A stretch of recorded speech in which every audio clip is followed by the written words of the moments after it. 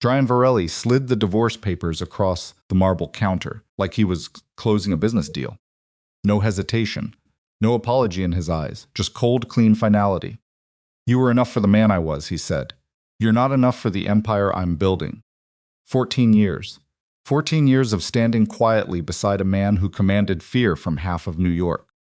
14 years of dinners where powerful men talked over her head. 14 years of loving someone who mistook her silence for emptiness. Evelyn Marlowe looked at the papers. Then she looked at her husband. She did not cry. She did not beg. She picked up the pen. And she signed. If you have ever been underestimated by someone you gave everything to, if you have ever been made to feel small by the very person you kept standing, then this story is for you. Before we go any further, if you are new here, please subscribe to this channel and hit that notification bell so you never miss a story like this one. Drop a like and tell me in the comments what city or country are you watching from right now. I want to see how far this story travels. Now let us begin. The morning it ended had started like every other morning of their marriage. Gray light pushed through the floor-to-soiling windows of the penthouse on East 72nd Street. Manhattan sat below them like a gray empire, still deciding whether to wake up. The kind of morning where the city looks almost peaceful if you don't know what lives inside it. Evelyn was already in the kitchen when Adrian came downstairs. That was always the order of things. Evelyn first. Evelyn quiet. Evelyn in the margins of whatever room Adrian was about to fill. She had a cup of coffee waiting for him black, no sugar, the way he'd taken it since the year they met when he was 29 and she was 27, and he had told her over a terrible dinner at a restaurant they could barely afford that he was going to own this city one day. She had laughed, not at him, but at the certainty in his voice, the way it had no room for doubt. She had thought that certainty was the most remarkable thing she'd ever heard in a human voice. She had spent 14 years learning that certainty, applied without wisdom, was just another word for blindness. Adrian came into the kitchen already dressed, dark suit. No tie yet. He looked like a man with somewhere to be, which was almost always true, but usually not this early, and not wearing an expression she could not read. After 14 years, she could read almost everything on his face. The particular way his jaw set when a deal had gone wrong. The controlled stillness around his eyes when he was about to say something that would end a room. That stillness was there now. We need to talk, he said. Evelyn set down her cup. She noticed the folder in his hand. She noticed he had not poured himself any coffee. She noticed he was standing on the opposite side of the counter rather than beside her, which was a small thing. And also, somehow, everything. All right, she said. He put the folder on the marble counter. He slid it toward her. She opened it before he said a word, because she already understood the way women who have been loved badly for a long time understand things before they are spoken. Divorce papers. Clean, professional, already notarized, she could see. He had not done this yesterday. He had been planning this for some time. You were enough for the man I was, Adrian said. His voice was not unkind. That was almost worse. It was the voice of a man delivering a business decision he had already made peace with. You're not enough for the empire I'm building. Something moved through Evelyn's chest. Something old and quiet, like a door closing in a room at the end of a hallway you had not visited in years. She looked at the papers. She looked at him. She picked up the pen from where it sat, already on the counter because, of course, he had thought of that. Of course, he had left a pen, and she signed her name on the designated line. Adrian blinked. He had prepared himself for something. Tears maybe, anger, negotiation. 14 years of marriage do not typically end without some version of those things, and even a man like Adrian Varelli, who had negotiated with dangerous men in dangerous rooms, had expected some kind of reckoning in this kitchen. Evelyn capped the pen, placed it on top of the folder, slid both back toward him. The penthouse, she said. You said I could keep it. Yes. And a settlement. More than fair. Nathaniel has the details. She nodded once, as though he had just told her the weather. Adrian stood there a moment longer, and something that might have been discomfort moved across his face. But he was not a man who let discomfort take root. He picked up the folder, straightened his jacket. This doesn't have to be ugly, he said. No, Evelyn agreed. It doesn't. He left without kissing her. He had stopped kissing her goodbye some months ago, a small abandonment she had noted, and filed away without comment. The way she had filed so many things away. She listened to his footsteps cross the foyer, listened to the elevator doors open and close with a sound like a period at the end of a sentence. Then she stood alone in the kitchen of the penthouse he had just given her, which he believed was his to give. She stood there for exactly the amount of time it took her to finish her coffee. Then she picked up her phone and called Nathaniel Crowe. Nathaniel Crowe was 73 years old and had spent most of those years learning how to be invisible in rooms that wanted him to be seen. He was a small man with excellent shoes and the kind of eyes that cataloged everything while appearing to catalog nothing. He had been the Marlowe family's attorney for 31 years. He had been Evelyn's attorney specifically since the day she turned 21 and her father sat her down in the library of their Connecticut estate and explained to her, very calmly, what she had inherited. He answered on the second ring, which was unusual. Nathaniel typically made people wait. Patience, he had told her once, is not a virtue.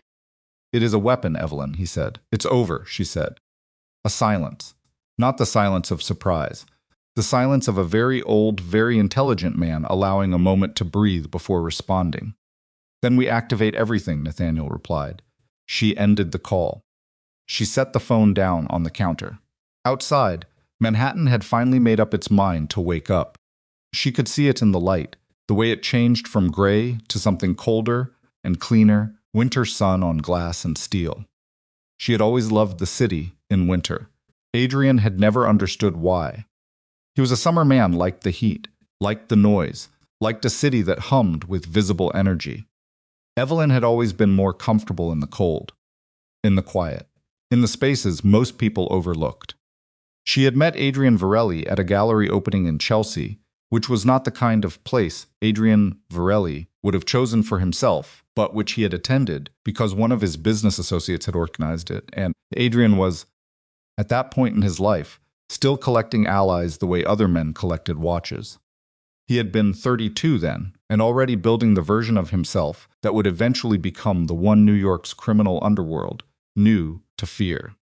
But at 32, he still had rough edges, still had moments where the kid from Queens showed through the expensive suit. He had been standing in front of a painting he clearly did not understand, holding a glass of wine he wasn't drinking, when Evelyn walked past. She had not been trying to impress him. She had not known who he was. She had simply been looking at the painting. He was standing in front of a large, cold canvas of dark blues and grays because she genuinely wanted to look at it, and she'd said, to no one in particular, it's loneliness dressed up as ambition. Adrian had turned. What? She had looked at him for the first time. The painting, that's what it is. The artist painted loneliness and called it ambition, because ambition is easier to look at. He had stared at her for a long moment. Then he'd laughed, a real laugh, the kind that surprised him. That might be the most depressing thing anyone's ever said to me. Does it feel wrong? He had looked back at the painting. No, he'd said finally. It doesn't. That was where it had started. With honesty. With Evelyn saying the thing most people kept behind their teeth, and Adrian finding himself for once, not needing to perform. She had known within 6 months what he was. Not the details, not the full architecture of it, but the shape. You do not spend enough time with a man without learning what kind of man he is. And Evelyn had made a choice that she understood even then would define the rest of her life. She had chosen to love him anyway. Not the crimes, not the violence, but the man beneath it, the one who had stood in front of that painting and admitted it felt true. She had spent 14 years trying to find that man again in the person he was becoming.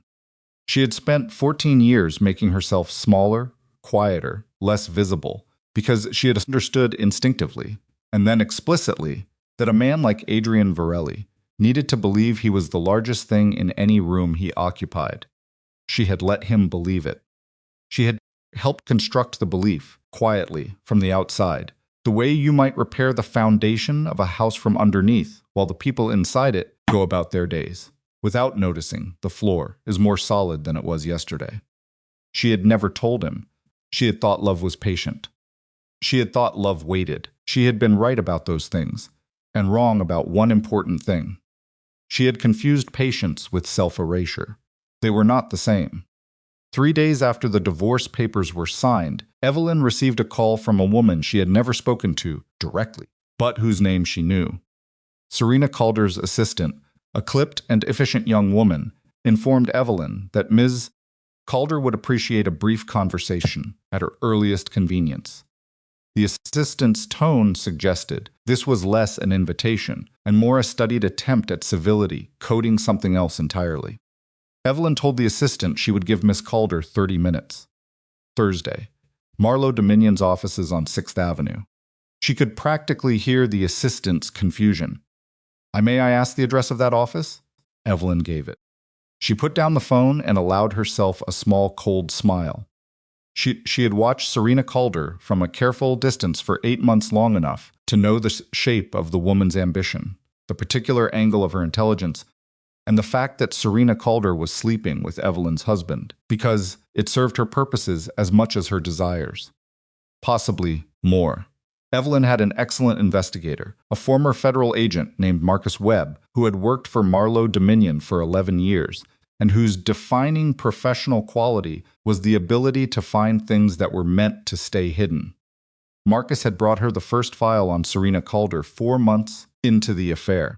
She had read it twice, set it aside, and spent a week sitting with what she knew. She had not confronted Adrian. She had not issued ultimatums. She had done something that looked, from the outside, like paralysis, but was actually something else. She had watched. She had waited. She had begun to understand what Serena Calder was actually doing inside Adrian's orbit, and what she'd found had been considerably more dangerous than an affair. Serena Calder was a very good attorney with very selective loyalties and a long-standing professional connection to a man named Lucien Barrasso, a connection that was buried under enough legal paperwork to fool most people, but had not fooled Marcus Webb. Lucien Barrasso was the one man in New York who wanted what Adrian Varelli had built badly enough to destroy it, to get it. The affair was not just an affair. It was architecture. Someone was building something inside Adrian's house, and the man who thought he built everything was too busy being flattered to notice the beams were being moved. Evelyn had decided in that week of watching and waiting that she would not warn Adrian. Not yet. Not because she didn't care what happened to him, but because warning a man like Adrian, at that point about a woman he was actively choosing over his wife, would have produced exactly one result. He would have dismissed her. He would have called it jealousy. He would have called it weakness. He would have called it the exact kind of behavior that confirmed his decision to leave. And so she had waited. She had signed the papers. She had made the call to Nathaniel. And now she was going to do something she had not done in 14 years. She was going to stop being quiet. The announcement ran in the Financial Times on a Tuesday morning, 4 days after the divorce was finalized. Evelyn Marlowe named controlling chair of Marlowe Dominion Holdings. Below the headline, a photograph, Evelyn in the lobby of an office building on 6th Avenue, looking directly at the camera. No smile, no performance. Just a woman who had arrived at a place she had always been going, and was no longer pretending otherwise. The article ran to 12 paragraphs. It described Marlowe Dominion Holdings as a privately held financial empire, controlling port interests on the East Coast, shipping contracts, commercial real estate in 6 major cities, infrastructure investment funds, and a portfolio valued, conservatively, at somewhere north of $40 billion. $40 billion. The article noted that Evelyn Marlowe had maintained a deliberately private profile for the preceding 14 years. It noted that she was the sole heir to the Marlowe family dynasty, founded by her grandfather, expanded by her father, and now, officially and publicly, hers. Adrian Varelli saw the article at 7:14 in the morning inside his private office, in the Midtown Dome building he used for the legitimate side of his operations. He had come in early because Serena had wanted to sleep, and he had not been able to, and he had which had been happening more frequently in the weeks since the divorce, and which he had been attributing to the stresses of transition. He stood in front of the screen. He read the headline. He looked at the photograph. He read the article, all 12 paragraphs, which was unusual for Adrian, who read the first 3 paragraphs of most things and trusted his instincts to fill in the rest. He read it twice. He put down his coffee. He called Roman Dacre.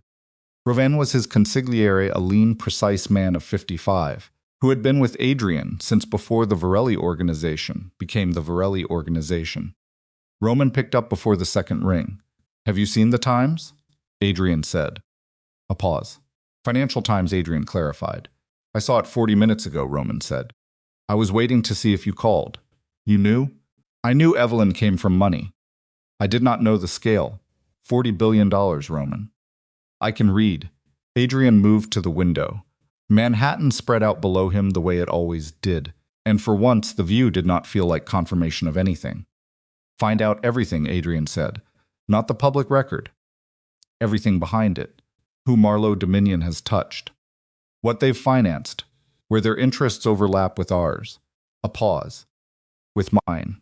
Roman was quiet for a moment, in the way that meant he was thinking about something he wasn't sure how to say. "Adrian," he said finally, "there is something you should be prepared for." "Tell me." "When I saw the article, I started pulling threads. Just initial threads, nothing confirmed. But there are overlaps that I think you need to see in person." "How soon tonight?" "Fine." Adrian ended the call. He stood at the window for another long moment, looking at the city he had spent 20 years carving his name into.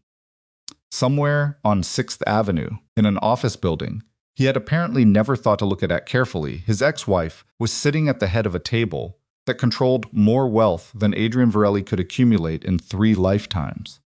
His ex-wife, the woman he had described to Serena in a private moment he now wished he could erase, as never really built for this world. The woman who had signed the divorce papers without crying. Adrian Varelli was not a man who frightened easily.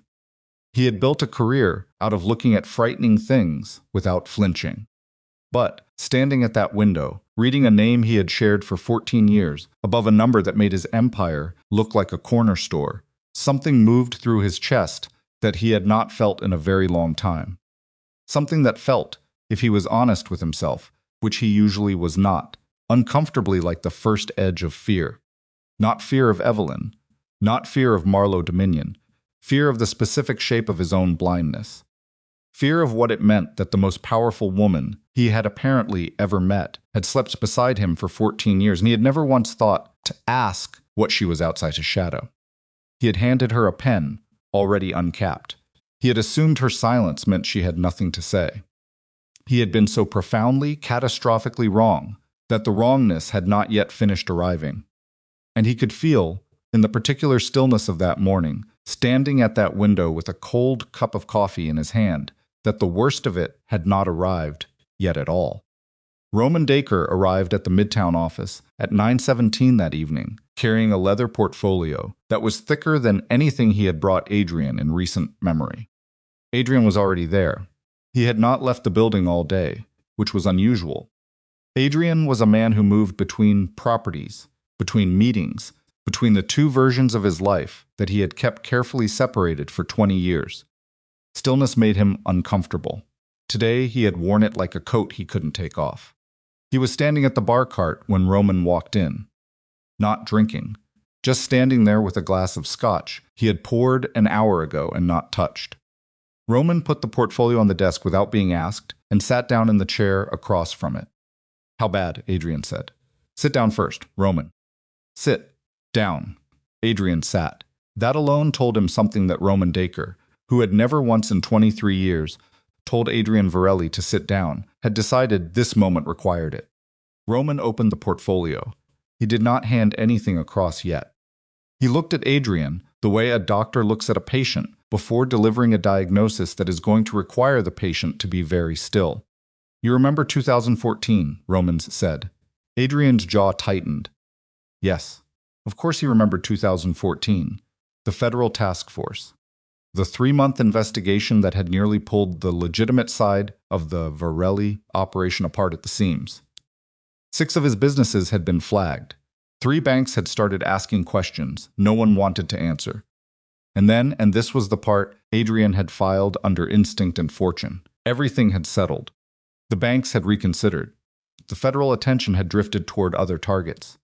A rival who had been positioning to acquire two of Adrian's flagged companies had, inexplicably, withdrawn. Adrian had believed it was because he was good at what he did. He had believed his reputation had carried him through. An investment consortium stepped in during those 3 months, Roman said. Bought enough position in two of your legitimate subsidiaries to stabilize them. Made the banks reconsider their exposure. I know. Did you ever find out who? I tried. The holding structure was layered. My people couldn't trace it. Roman slid a document across the desk. Adrian looked at it. At the bottom of a chain of holding companies, layered across 3 jurisdictions, was a fetish mechanized with a familiarity that hit him somewhere beneath the ribs. Marlowe Dominion Capital Advisors. He did not say anything. Roman gave him 20 seconds. Then the shipping contracts. 2017, when the Port Authority situation almost collapsed 2 of your import operations. Adrian looked up slowly. A shipping company you had never dealt with before offered a last-minute contract at rates that made no business sense for them. Kept your logistics network intact through a 6-month review period. Adrian knew the company. He had called it luck. He had called it a small operator, trying to build relationship capital with a larger organization. Roman slid another document across. That shipping company had been a subsidiary, buried 4 layers deep, of a Marlowe-controlled holding entity registered in Delaware. Adrian pushed back from the desk. Not far. Just enough that he was no longer directly above the papers. He needed the distance the way a man needs air when a room gets too small. How many? He said. His voice was very quiet. In the way of direct interventions that I can trace with reasonable confidence? Roman paused. 11, over the course of your marriage. There are likely more that I haven't found yet. 11, the most significant, being 2014 and 2017. But there are smaller ones. A property acquisition that a competitor mysteriously backed out of in 2019. A financial review in 2021 where a regulator's focus was redirected. I can't prove the mechanism on that one, but the timing lines up. 2 alliance negotiations where the other parties came to the table having already received reassurances about Varelli operational legitimacy. Roman looked at him steadily. Someone vouched for you, repeatedly. To people who move in circles where a vouching from the right name is worth more than any amount of demonstrated power. Adrian stared at the document in front of him. Marlowe Dominion Capital Advisors. She never said a word, he said. No, not once. Not I came home from 2014 telling her I'd outmaneuvered a federal task force. I told her my reputation had protected us. His jaw moved. She sat across from me at dinner and let me say that. Roman said nothing. Why? Adrian said. The word came out rougher than he intended. Raw in a way that his voice almost never was in front of another person. I can't answer that, Roman said carefully, but I think you might be able to. Adrian stood up from the desk. He walked to the window, a habit, the window. It was where he went when he needed to organize thought and looked out at the city. He thought about the dinners. The ones where he had come home, lit up with a victory he was convinced he had built entirely with his own hands, and Evelyn had sat across from him with that quiet, attentive expression that he had, over the years, begun to read as blankness. As a woman, not quite following the conversation, as the specific vacancy of someone who did not fully belong to this world. He thought about the times he had explained things to her carefully, slowly, as though the intricacies of business alliances were a foreign language she needed help translating. He thought about a particular evening in 2018, when he had described in some detail how he had finalized a deal that 2 other New York families had failed to close, and how he had looked across the table at Evelyn midway through the story, and realized she was watching him with an expression he had not been able to name then. He could name it now. Yeah, she had been watching him the way you watch someone describe a painting you helped create, getting all the brushstrokes wrong. She let me believe it, he said to the window. Every single time. People protect what they love, Roman said. He was quiet for a moment. Or who they love. Even when the love stops being returned in the way it should be. Adrian turned around. Is that a judgment, Roman? Roman vet his eyes. It's an observation. Adrian crossed back to the desk. He picked up the documents and set them aside. He opened the portfolio himself and looked at what else was inside. There was more. Because of course there was more. The next document was different in character from the others. The others had been financial architecture cold, structural, numbers and dates, and corporate filings. This one was a communication record, printed on plain paper, dated from 5 months ago.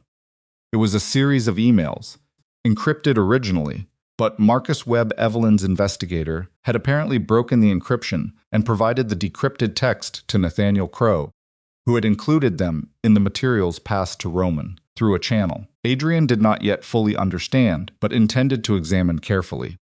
The emails were between Serena Calder and a man identified in her contacts as LB. Adrian read the first 3 exchanges without expression. Then he set the papers down very carefully on the desk. "When did Evelyn get these?" he said. "From what I can reconstruct, approximately 4 months ago." "She's had this for 4 months." "Yes." And Adrian stopped. He pressed 2 fingers to the bridge of his nose, something that for him was the equivalent of a long, shuddering exhale. "She sat on it." "She sat on it," Roman confirmed. Adrian was quiet for a long time. Serena had been providing information. Not personal information, business information. Structural information about the Varelli organization's financial architecture. About specific alliances and the terms underneath them. About the vulnerabilities inside 3 of Adrian's legitimate companies that were still, in various degrees, exposed. She had been providing it to Lucien Barrasso. Adrian knew exactly who Lucien Barrasso was. He had known Lucien for 16 years, had negotiated with him twice, had maintained a cold and mutual détente with him for the better part of a decade. Lucien operated out of the West Side and had the financial backing of 2 European interests that Adrian had spent years keeping at arm's length from his own territory. Lucien was not impulsive. Lucien was the kind of man who prepared for 3 years before he moved. Lucien was the kind of man who understood that the most devastating attack was the one the target helped you build by giving you access to his walls. And Serena had been giving him the blueprints for months, while Adrian was choosing her, while Adrian was bringing her closer to the center of everything he had built, while Adrian was standing in the kitchen of his penthouse, handing a divorce pen to the woman who had apparently spent 4 months holding evidence of a conspiracy against his organization, and saying nothing. "Why didn't she?" Adrian started. "I think you know why," Roman said. Adrian looked at him. "If she had told you," Roman said, with the careful patience of a man choosing words like they were load-bearing, "you would have questioned her motives. You would have seen it as an attempt to break apart the relationship. He stopped. "Say it. Say it. You were not in a state at that point where you would have listened to your wife about your girlfriend." "You know that's true." The silence between them was the particular kind that comes from a man recognizing the shape of his own bad decisions, mapped out for him by someone who was there for all of them. "She was protecting me," Adrian said. "Even then. Even while I was—" He stopped. He did not finish the sentence. Roman waited. "How current is this?" Adrian said. His voice had changed. The rawness was gone. Something colder had replaced it, and Roman, who had known Adrian Varelli for 23 years, recognized the shift.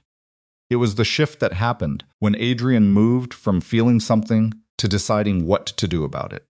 "The most recent communication in the file is 11 days ago," Roman said. "Lucien is preparing to move. He's been quietly buying debt positions in 2 of the companies that are financially exposed. He needs 2 more pieces of information from Serena, both related to the partnership structure of your development holdings, and he'll be ready." "Does Serena know we have this?" "No." "Does Lucien know?" "No." "Good." Adrian sat back down at the desks. He was still. The kind of still that was not quiet at all. "She's coming here Thursday. I have a meeting with her and the Fontaine attorneys about the harbor contract." Roman nodded. "She can't know anything has changed," Adrian said. "Not her expression when she looks at me, not the temperature of the room, nothing. She needs to walk into Thursday, thinking everything is exactly where she left it. That's going to require— I know what it requires." Adrian looked at the emails again. A muscle moved in his jaw. It requires me to sit across from that woman and behave as though I don't know what she is. Roman said nothing for a beat. Can you do that? Adrian looked up. Yes, he said, and the way he said it closed the question like a vault.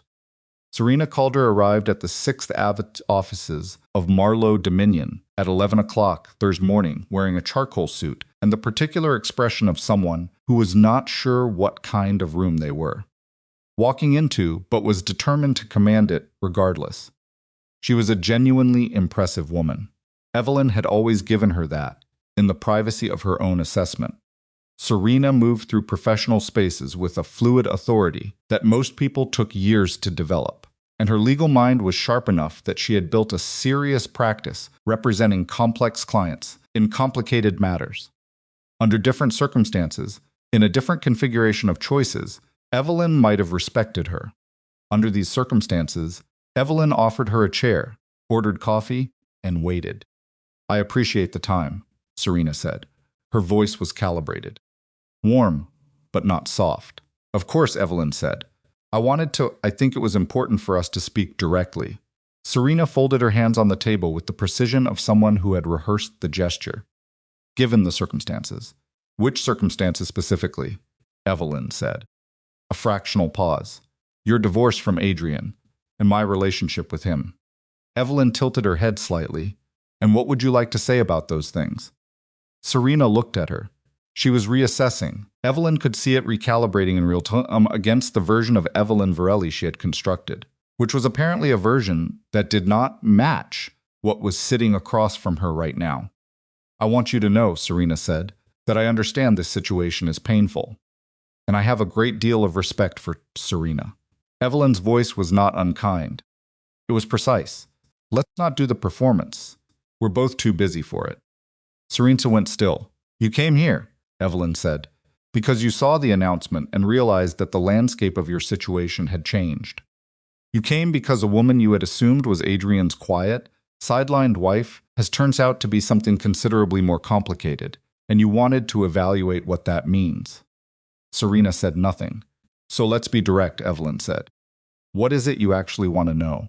A long beat. Serena's expression moved through several things and settled on something that was closer to her real face than the one she had walked in with. How much do you know? She said. About which part? Something flickered in Serena's eyes, fast.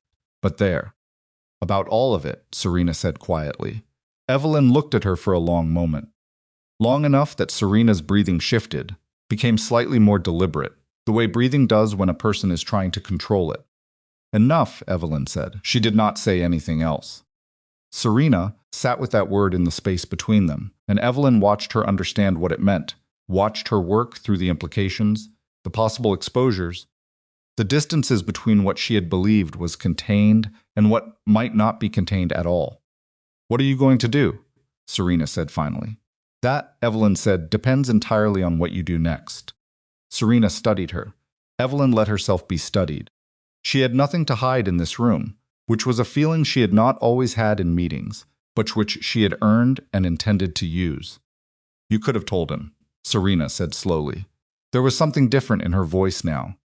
Something closer to genuine. Months ago. You could have told Adrian and all of this.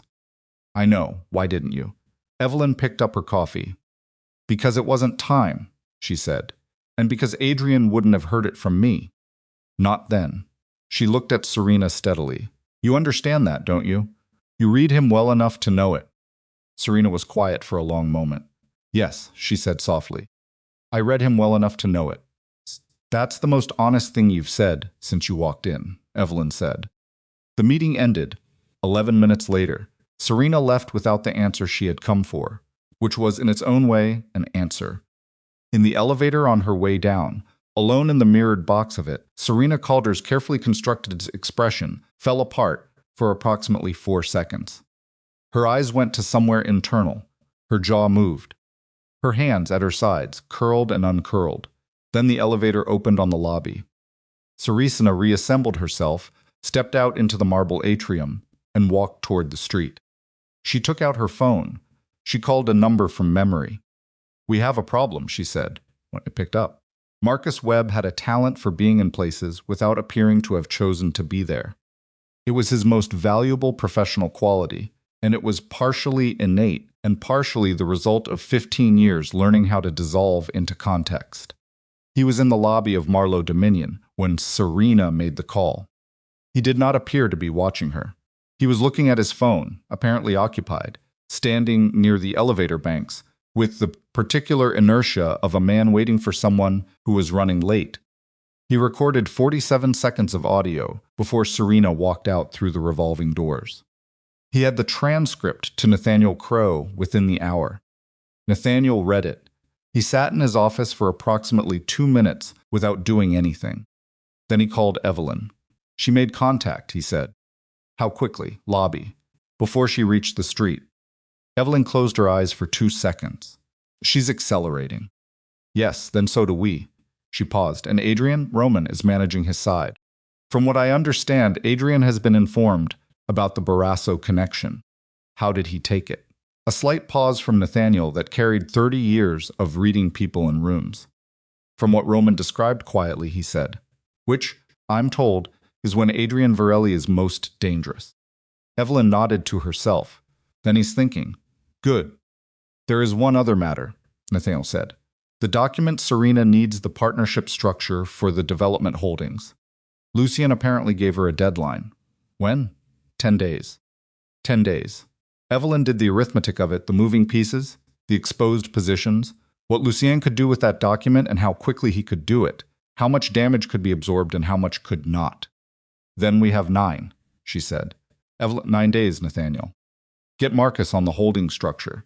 I want every door locked before she finds the window. She ended the call. She sat at her desk in the office that had waited for her for 14 years while she made herself invisible in someone else's story, and she felt the particular feeling of a situation arriving at the moment it had always been building toward. Not a good feeling, exactly. Not a bad one. Something older and more precise than either of those. The feeling of a woman who has finally stopped standing in the hallway and opened the door. Down on 6th Avenue, 9 blocks south, in a restaurant where no one paid particular attention to the 2 people in the corner booth, Serena Calder sat across from a man whose name did not appear in any public filing connected to the Varelli organization and explained, in careful and measured language, that their timeline had been compromised. The man across from her listened without expression. How compromised? Lucien Barrasso said. She knows something, Serena said. I don't know how much. You should have assessed that before you walked into her office. I did assess it. A beat. That's why I'm sitting here telling you we have a problem. Lucien looked at her with the flat, calculating attention of a man who does not waste energy on anything that isn't useful. He was 58 old silver hair and the undemonstrative calm of someone who had spent decades making decisions in rooms where the wrong decision had permanent consequences. The document, he said. I need more time. You don't have more time. Lose 7 days, he said, not 10. 7, he picked up his glass. And Serena, if she knows something, that means she has something. Which means you need to find out how much before it reaches Adrian. It may have already, then you have less time than 7 days. He looked at her calmly. I suggest you move. Serena sat across from him with the expression of a woman who has been moving fast for a long time and has just realized the ground beneath her feet is not as solid as she thought. She had spent 8 months inside Adrian Varelli's orbit, had built something she believed was a controlled arrangement, her intelligence flowing to Lucien, Lucien's resources insulating her, Adrian trusting her enough to let her close to the architecture of what he'd built. It had been precise. It had been, she had believed, managed. She had not managed for Evelyn Marlowe. She had not factored in a woman who kept $40 billion quiet for 14 years and sat across from you in a glass tower and said enough like it was a closing argument. I'll have it, Serena said. Lucien looked at her for a long moment. Then he set down his glass and stood up from the table. Make sure, he said, and walked out into the evening. Serena sat alone in the corner booth. The restaurant moved around her glasses, voices, the ordinary noise of people who did not have 7 days to prevent an empire from collapsing. She sat very still. Her phone was on the table. She looked at it. Then she picked it up and began making the calls that would determine whether she still had any way out of what she had built around herself, and whether 7 days was a wall or a window, and whether the woman in the glass tower on 6th Avenue had already closed both. 3 blocks north, in a car parked on a side street, Marcus Webb listened to the restaurant audio feed and typed a single message to Nathaniel Crow. 7 days. Barrasso is moving the deadline. She's going for the document. Nathaniel read it. He forwarded it without comment to one number. Evelyn's phone lit up on her desk. She read the message. She set the phone down. She looked out the window at Manhattan, at the particular density of it, in the early evening, all that compressed ambition and money and consequence stacked against the darkening sky. 7s. Somewhere in this city, a man she had loved for half her adult life was sitting with information that was going to require him to make the hardest decision of his career, whether to move on instinct, the way he always had, or to think. Somewhere in this city, a woman who had spent 8 months dismantling what Evelyn had spent 14 years protecting was running out of road. And somewhere in the math of it, in the architecture of what was about to happen, there was a point coming fast, past which nobody in this story was going to be able to walk anything back. Evelyn had known this moment was coming from the morning she signed those papers. She had planned for it, but planning for something and standing at its edge were 2 different experiences, and Evelyn Marlowe was not a woman who pretended otherwise, even to herself. She opened her desk drawer, took out the folder she had been keeping there for 3 weeks, the one with Serena's communications, Lucien's financial movements, the names and dates, and the specific shape of what was being built against Adrian's organization. She looked at it for a long moment. Then she picked up her phone and called some number she had not called in 14 years. Adrian answered on the second ring. The silence between them, in the first 3 seconds, held everything that had happened and everything that hadn't, and the full weight of 14 years compressed into the space between 2 people who had once stood in front of a bad painting and told each other the truth. "We need to meet," Evelyn said. A pause. "When?" Adrian said. "Tomorrow," she said. And Adrian, "Yes. Come alone." Adrian came alone. Evelyn had not been certain he would. She had asked, and she had meant it as a condition, not a request. But Adrian Varelli had spent 20 years in a world where arriving alone anywhere was a statement of either supreme confidence or supreme stupidity, and she had not been entirely sure which version of himself he would choose to send through her door. He came alone, no Roman, no security detail waiting in the lobby, no SUVs parked on the street below with engines running. He walked into the Marlowe Dominion building at 9 in the morning wearing a dark coat and carrying nothing, and the lobby security, who had been briefed, let him through without making him wait. Evelyn was standing at the window when he walked into the conference room. She did not turn immediately. She let him enter the room, let him register the space, the size of it, the view, the particular quality of light that expensive architecture produces when it's built for people who have always had money, rather than people who acquired it. There was a difference, and Adrian, who had always understood the language of spaces, would feel it. She turned when she heard him stop moving. He looked different, not diminished. Adrian Varelli did not diminish easily. But there was something around his eyes that had not been there 14 years ago, or even a year ago.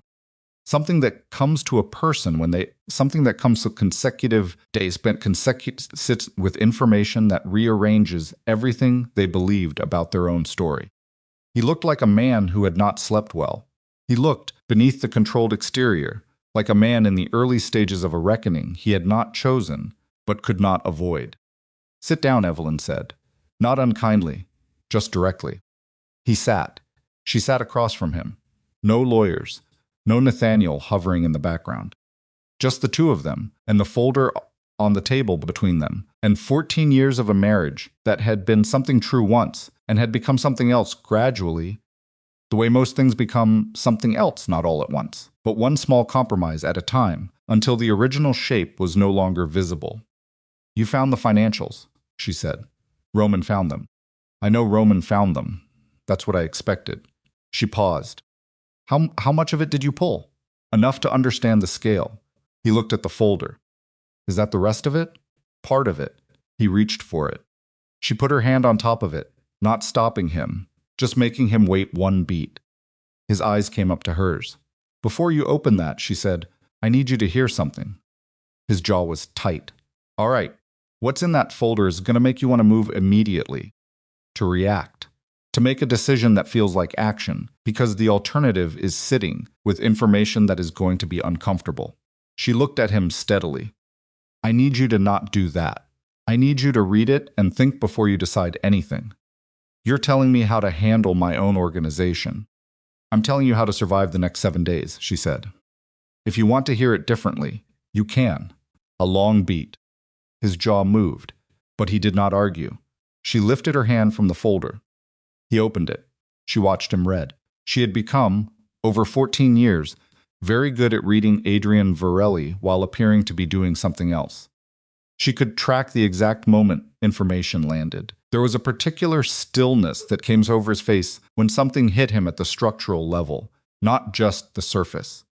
It was different from his operational stillness, the one he used in meetings and negotiations. This one was deeper, more internal. It arrived approximately 90 seconds into the document. He was reading Serena's communications with Lucien. The specific ones, the ones where Serena had laid out, and the clean professional had laid out in the clean professional language of someone who believed she was operating in a sealed environment.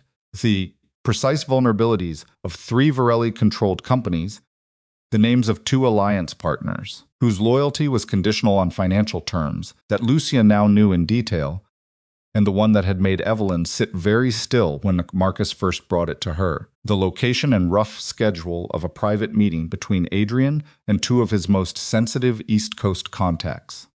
Adrian's hand stopped moving. He was looking at the page. Not reading anymore, just looking at it. When is this meeting? He said. His voice was very flat. It was scheduled for 11 days from now, Evelyn said. At the property in Connecticut. He looked up. How does she know about the Connecticut property? You told her. The silence that followed was not comfortable. He stopped. He put the document down.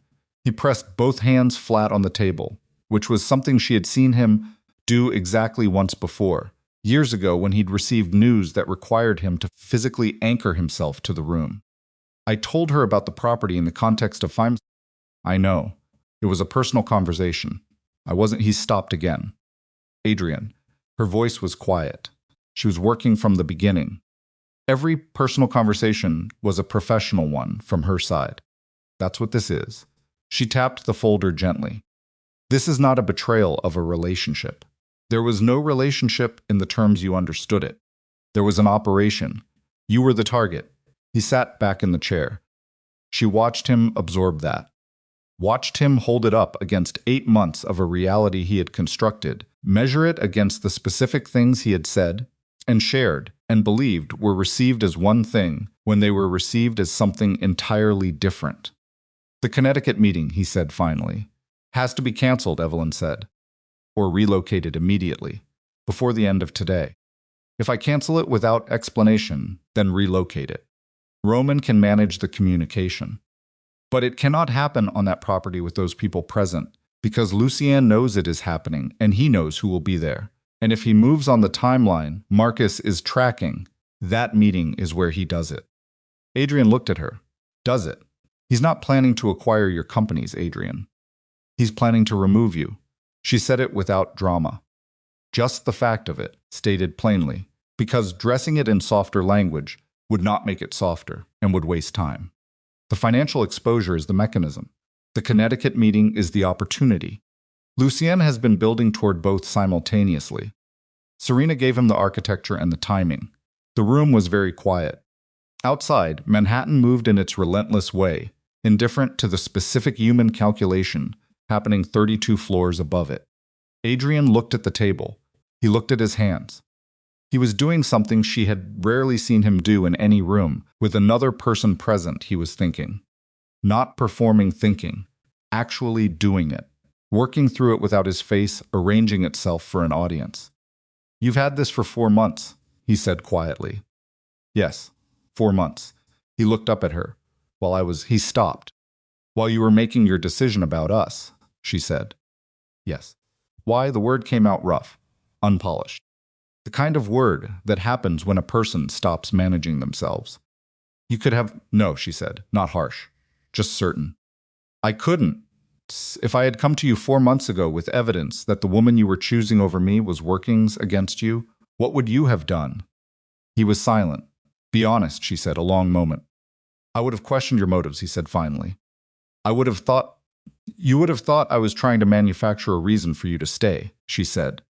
And you would have dismissed it. And in dismissing it, you might have alerted Serena that she'd been found, and she would have changed her approach, and Lucien would have adapted, and the window we have right now would have closed. She paused. I know how you think, Adrian. I've known for a long time. That is not a gift I used against you. It's one I used to keep you alive. He sat with that. She let him sit with it. And now, he said eventually, now you're out of the marriage and out of my protection, and fully exposed to a threat that has been building for 8 months, she said. And you have approximately 7 days to dismantle it, without triggering the war that Lucien wants you to trigger. 7 days.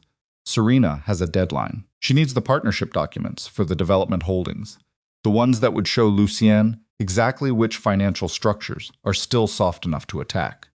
She doesn't have them yet. That's the window. Adrian stood up from the chair. He walked to the window, the same automatic movement she had watched him make 10,000 times in rooms over the course of their life together. The window as a thinking space. Adrian and glass and height. She waited. What do you want from this? He said, not turning around. Nothing. Evelyn, I want Marlowe Dominion protected from collateral damage if Lucien moves. I want my legitimate interests clear of whatever happens next. That is what I want. She paused. What I'm offering you is the information and the strategy that gives you a chance. What you do with it is yours. He turned around. He looked at her across the room, and she met his eyes, and there was something in that exchange that was very old and very specific, and that neither of them named. I need to make a call, he said. Use the room, she said. I'll be next door. She picked up the folder. She stood up. She walked to the door, and as she reached it, he said her name, just her name, the way he had said it when they first knew each other, before it became weighted down with years of everything else. She stopped. She didn't turn. I'm sorry, he said. It came out like something that had been waiting a long time, and was heavier for the weight. She stood in the doorway for 1 beat. I know, she said. She walked out. The call Adrian made was to Roman, and it lasted 19 minutes. And when it was finished, Roman began making 4 additional calls that would quietly route the Connecticut meeting to locations Serena did not know, under a cover arrangement that would appear from the outside like a scheduling change. Adrian sat in the conference room alone for 8 minutes after the calls were done.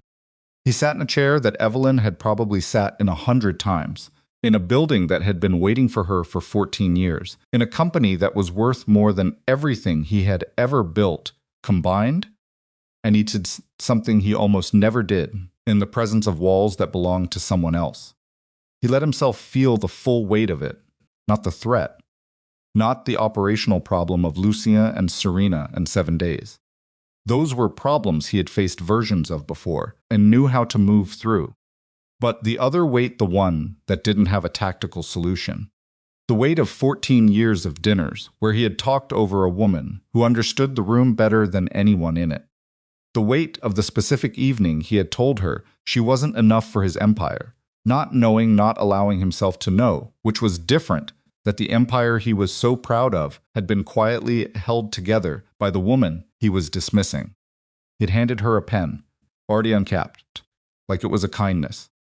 He sat with that for 8 minutes. Then he stood up, buttoned his jacket, and walked out of the conference room to find his ex-wife. Evelyn was in her office when Serena's next move arrived, and it arrived not through Marcus Webb or Nathaniel Crowe, but through a source none of them had anticipated. The call came from a man named Paul Geary, who was the general counsel for one of the Varelli development holdings, and who had been, Evelyn's people would later confirm, quietly approached by Serena's firm 3 weeks earlier under the guise of a routine legal consultation. Paul Geary called Nathaniel Crowe's office at 11:47 in the morning, 40 minutes after Adrian had left the building. I think I've done something very wrong, Paul said. Nathaniel, who had been practicing law for 46 years and had heard that sentence in many configurations, said, "Tell me." Paul told him. The partnership documents, the ones Serena needed, the ones that mapped the financial structure of the development holdings in enough detail to expose the soft points Lucien required, had been requested by Serena's firm. As part of what Paul had been told was a regulatory compliance review. He had provided a subset of them 2 days earlier. Not the full structure, but enough. Enough. Nathaniel did not raise his voice. He did not express the full scope of what he was thinking.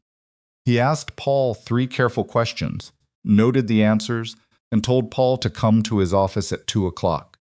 Then he called Evelyn. She listened to the summary without interrupting. When Nathaniel finished, there was a silence of approximately 6 seconds. "How much?" she said. "Enough to show Lucien where the exposure is. Not enough to execute a full attack without additional information, but enough to accelerate his timeline. He's not going to wait 7 days," she said. "No," Nathaniel said. "I don't believe he is." She ended the call and immediately called Roman. Roman picked up on the first ring, which meant Adrian was still with him or nearby. "Ms. Marlowe." "The documents were partially pulled 2 days ago," she said. Geary gave a subset to Serena's firm. "Lucien has enough to move sooner than we thought. You need to tell Adrian now." A short silence. "How soon is sooner?" "I don't know. Days, possibly less." She paused. "Where is he?" "He's here. With me. Put him on." A brief exchange of voices she couldn't make out. Then Adrian's voice, closer, tighter. "What happened?" She told him. The silence on his end was very brief. "The Connecticut meeting. Roman already moved it," she said. "That's not the problem. The problem is the alliance partners. If Lucien has the financial structure, he knows which ones are conditionally loyal. He can approach them directly and offer better terms before you have the chance to lock them down. I know who the conditional ones are. Then you have to move on them today. Not tomorrow. Today." Evelyn, his voice, just that. The way he said her name had something in it now that hadn't been there in years, not romance, not sentiment, but a very particular kind of attention. The kind that happens when a person has stopped performing at you and is actually looking at you. "If I move on the alliance partners today, Serena will know something changed." "Yes," which means she'll tell Lucien we know. "Yes." Which collapses the window before we can... "I know," she said. "Which is why you don't move on the alliance partners." She had thought this through. She had been thinking it through since Nathaniel's call, working it from 3 side angles simultaneously in the way her mind operated when a problem required speed. "You move on Serena," a pause. "Define move. Not the way you're thinking," she said. "You freeze her out, quietly. You ensure that from this moment forward, she cannot access any additional information from inside your organization. No meetings, no consultations, no proximity to anything that matters. You do it in a way that looks, from the outside, like a routine administrative adjustment, restructuring of legal representation. She doesn't know the documents were flagged. She doesn't know Geary called. If she can't get anything else to Lucien, he's working with a partial picture. And the alliance partners? You reach out to them personally. Not about Lucien, you don't mention Lucien. You reach out to strengthen the relationships directly. Invite them to a conversations about the next stage of your operations. Make it about future opportunity, not current threat. If Lucien approaches them before you do, you've lost them. If you get there first with something worth more than what Lucien is offering, he loses his leverage point. Another silence. Longer this time. "That is," Adrian said slowly, "not how I normally handle this kind of problem." "I know," she said. I know what you normally do," she said. "It would trigger the war, which is what Lucien wants. The only thing he can't plan for is a response he hasn't anticipated." She paused. "Has anyone ever won against you? By thinking, instead of hitting?" A very long beat. "Once or twice," he said quietly. "Then do that." She heard him breathe. Heard the specific quality of a man making a decision that was against his instincts, but not against his intelligence.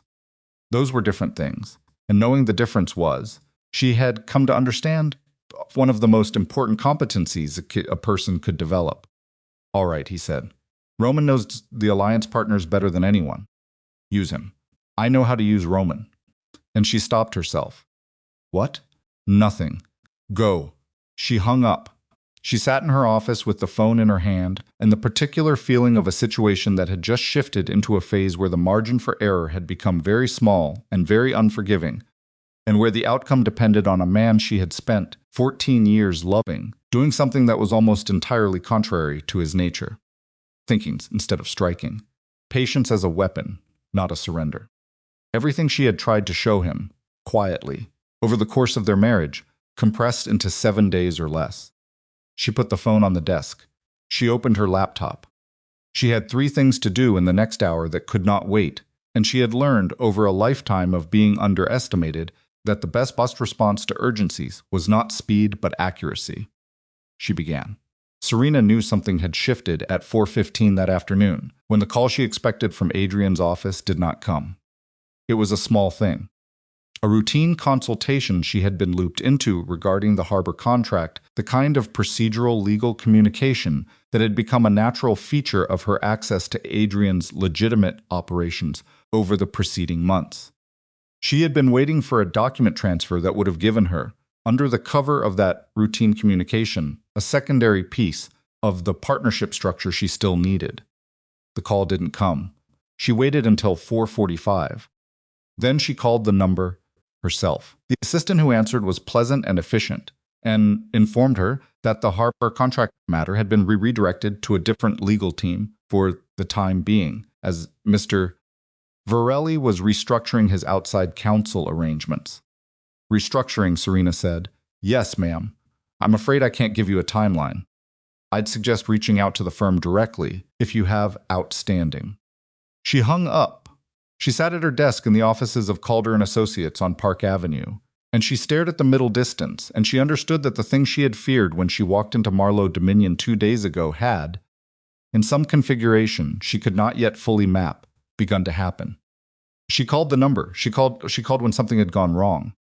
Lucy answered. Tell me. He's moving his legal representation, she said. Today, without any prior indication, he's cutting me off. A pause. Does he know about the documents Geary provided? I don't know. I don't think so. But someone knows something. The wife, Lucien said. It was not a question. She's not his wife anymore. That doesn't appear to have reduced her involvement, Lucien said.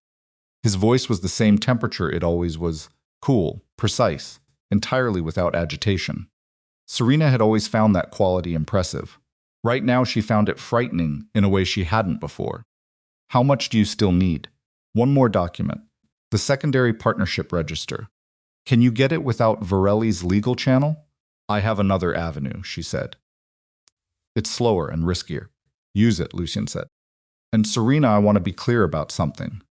Yes. If this falls apart because of a miscalculation on your end, he paused. One of his pauses that were not gaps but statements. There will be a conversation about responsibility.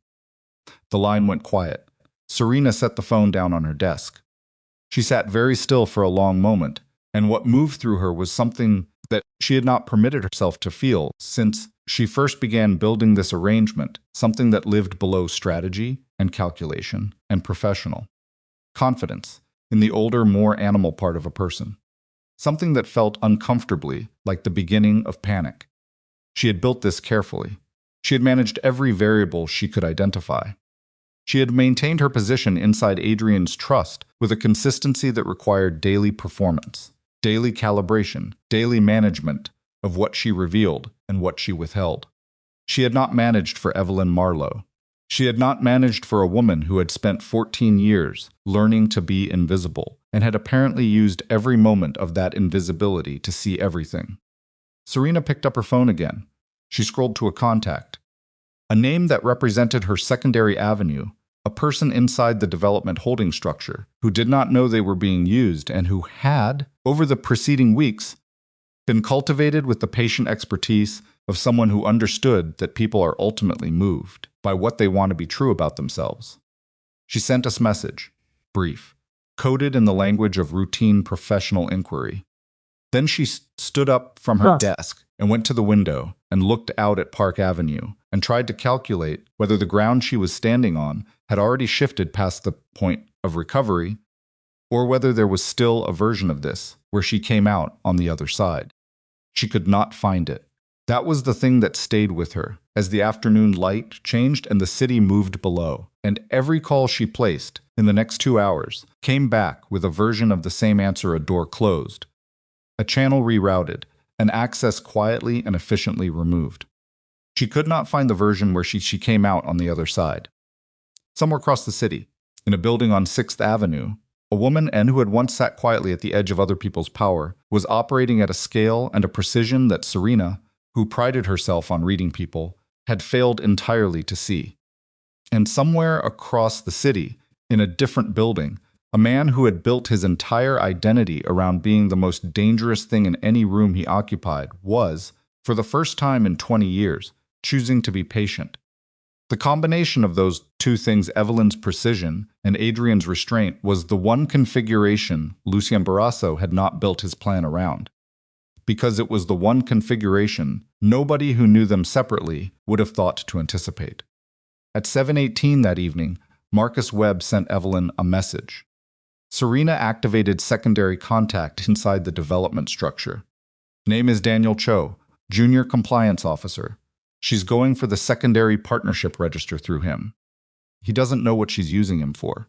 Evelyn read it. She sat at her desk and felt the specific tightening of a situation arriving at the moment it could no longer be managed from a distance. The moment where the careful, patient, invisible approach that had always been her method had run out of time, and something more direct was required. She thought about Daniel Cho, who was probably a decent person in a complicated position, about to be used as the final instrument in a conspiracy he didn't know existed.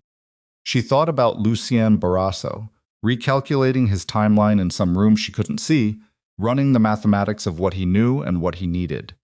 She thought about Serena standing at a window on Park Avenue, understanding for the first time that the ground had moved. And she thought about Adrian, somewhere in this city, doing the hardest thing she had ever asked of him. Trusting her.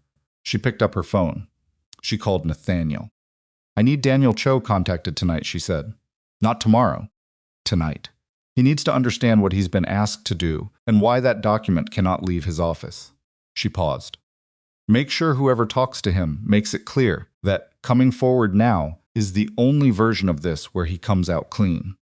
I'll handle it personally, Nathaniel said. There's something else. She paused because what she was about to say was the step that changed what this situation was, that moved it from defense to something else, something that couldn't be undone. I need you to prepare the full file. Everything. Serena's communications, the Barrasso connection, the document trail, the timeline. All of it. A pause. For whom?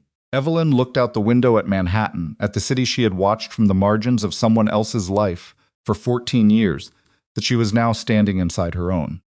For Adrian, she said, and for the people in that room when he uses it. The silence on Nathaniel's end was the silence of a man who had been waiting for this instruction for a long time. It's time, he said. Yes, she said. She set the phone down. She looked at her hands for a moment, steady, unremarkable. The hands of a woman who had spent 14 years doing very large things very quietly. Tomorrow she would stop being quiet. And the man who had told her she wasn't enough for his empire was about to discover what it looked like when the woman he had discarded decided to show him exactly what she had been protecting all along, not for his sake, for her own. Daniel Cho was 29 years old and had been working in compliance for the Varelli Development Holdings for 14 months, which was long enough to understand that his employer existed in a complicated relationship with legal scrutiny, but not long enough to fully understand the architecture of that complication. He was sitting in his apartment in Astoria at 8:43 in the evening when Nathaniel Crow knocked on his door. He opened it because the buzzer had said it was a food delivery. It was not a food delivery. It was a 73-year-old man in an excellent coat with the eyes of someone who had been in difficult rooms longer than Daniel Cho had been alive. Mr. Cho, Nathaniel said, my name is Nathaniel Crow. I represent Marlowe Dominion Holdings. I apologize for the hour, and I promise this will not take long, but I need you to hear something tonight. Daniel looked at him. Then he stepped back from the door. Nathaniel came in. He did not sit. He stood in the small living room of the apartment, and he laid out what Daniel Cho had been asked to do, and what it was connected to, and what would happen to Daniel personally if that document left his office, in the clean, unhurried way of a man who understands that the truth, delivered precisely, is more persuasive than any amount of pressure. It took 11 minutes.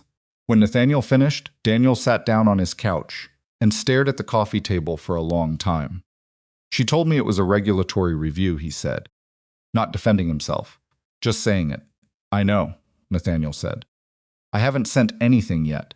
She asked me to pull it and hold it, and she was going to come by the office tomorrow morning, too. He stopped. It's still in my office, on my desk.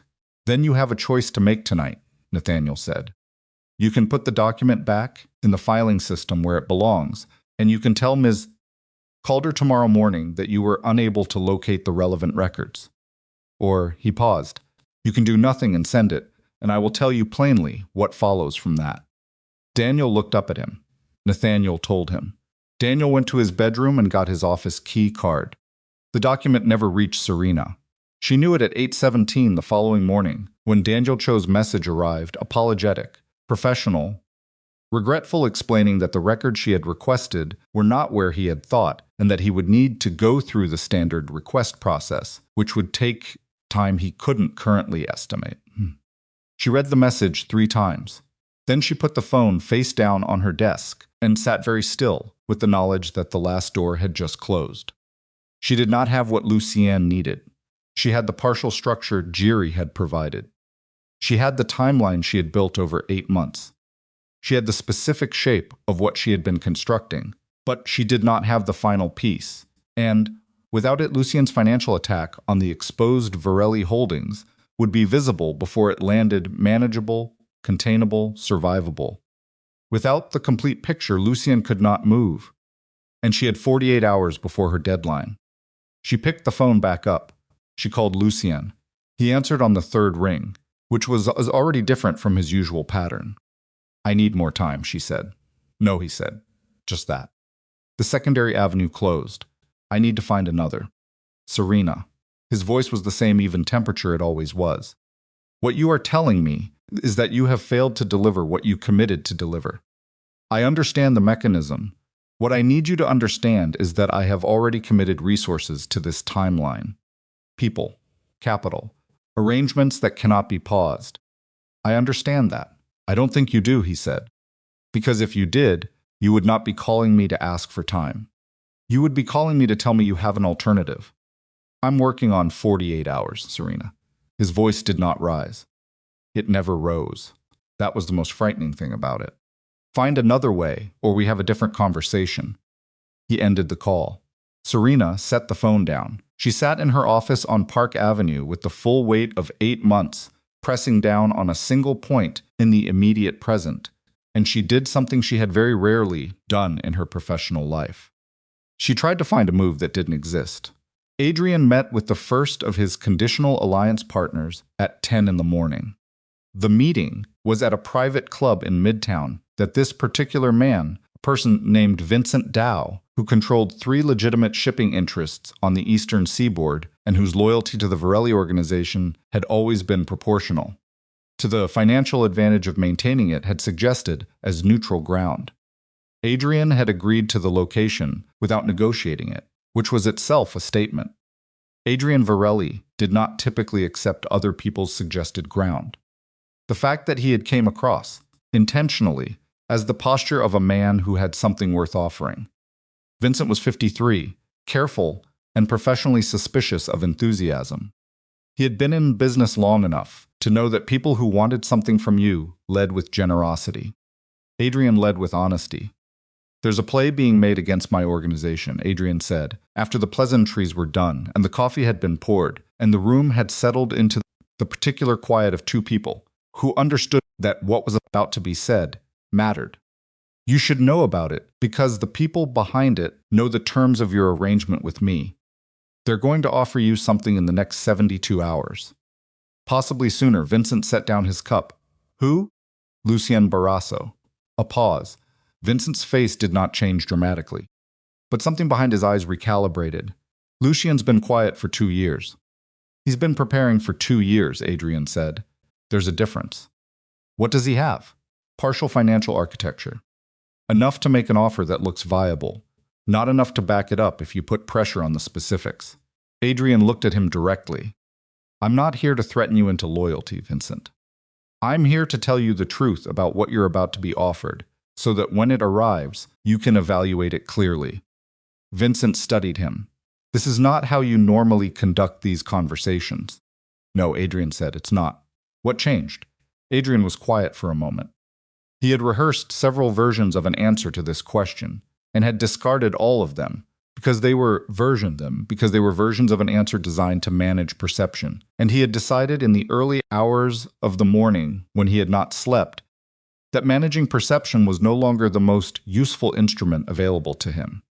I had some help seeing something I should have seen a long time ago, he said. Look. Vincent looked at him for a long moment. Then he picked up his coffee again. What are you offering? Adrian told him.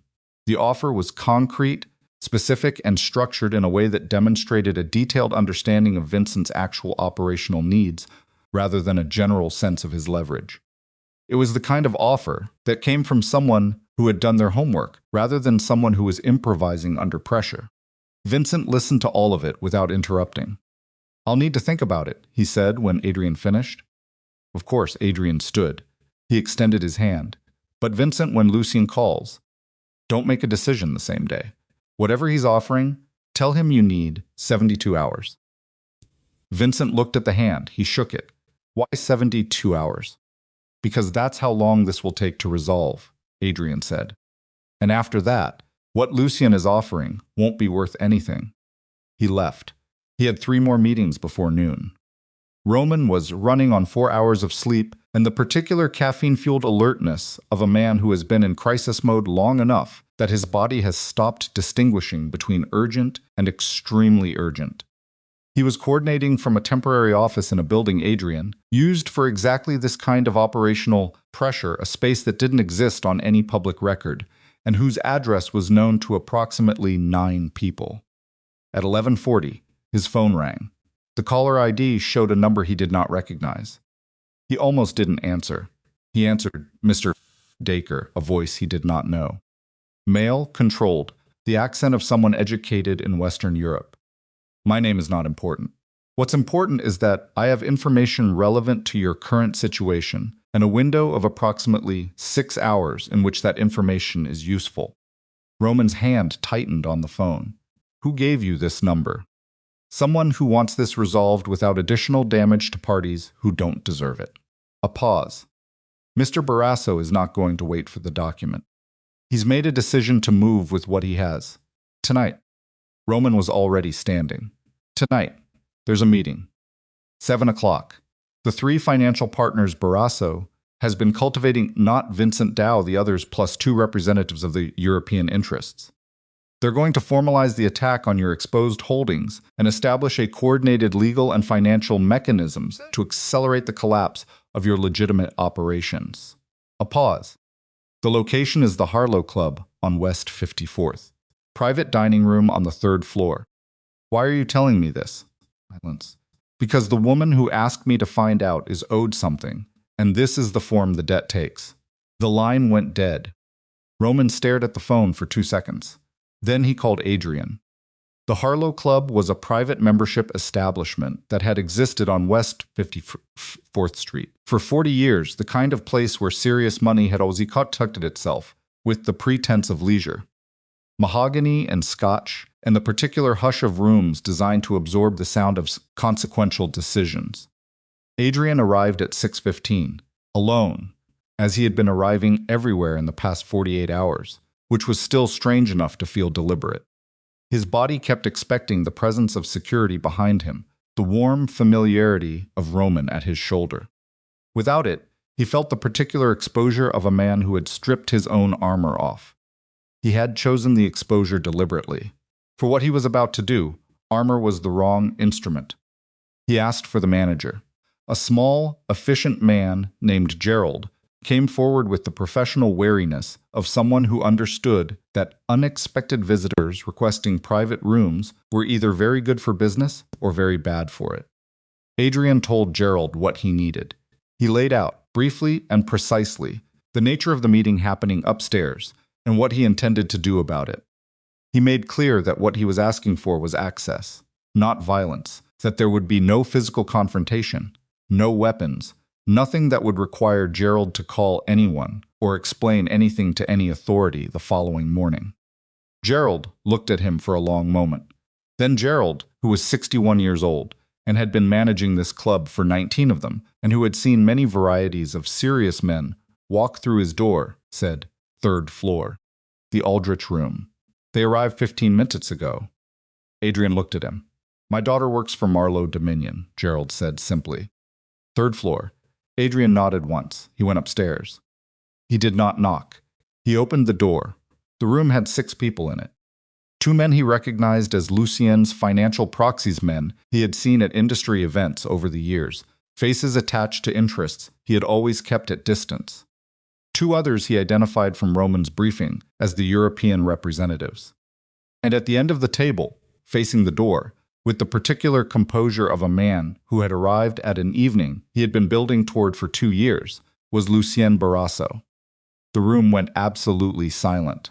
Not the polite silence of interrupted conversation. The hard silence of people who have just registered a threat they did not plan for and are running the mathematics of it in real time. Lucien looked at Adrian with the flat, calculating attention that was his characteristic expression.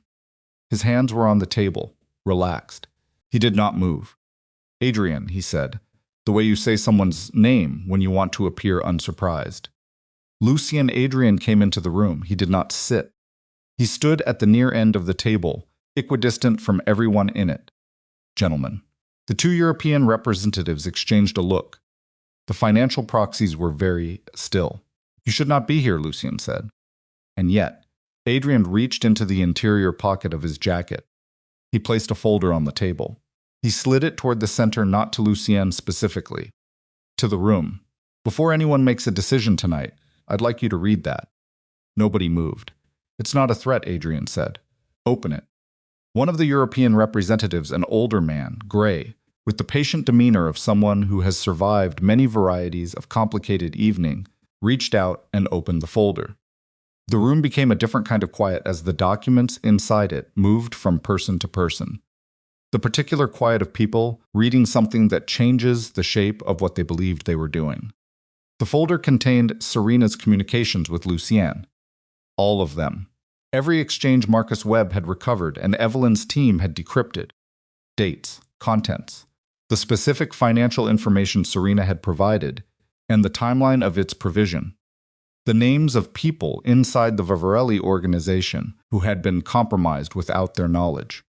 And at the back, a separate document entirely, clean typed, 2 pages, a detailed accounting of the financial attack being planned tonight. The mechanisms, the vulnerabilities being targeted, the projected damage to holdings that would, Adrian's document noted, produce significant collateral legal exposure for any party whose participation could be demonstrated.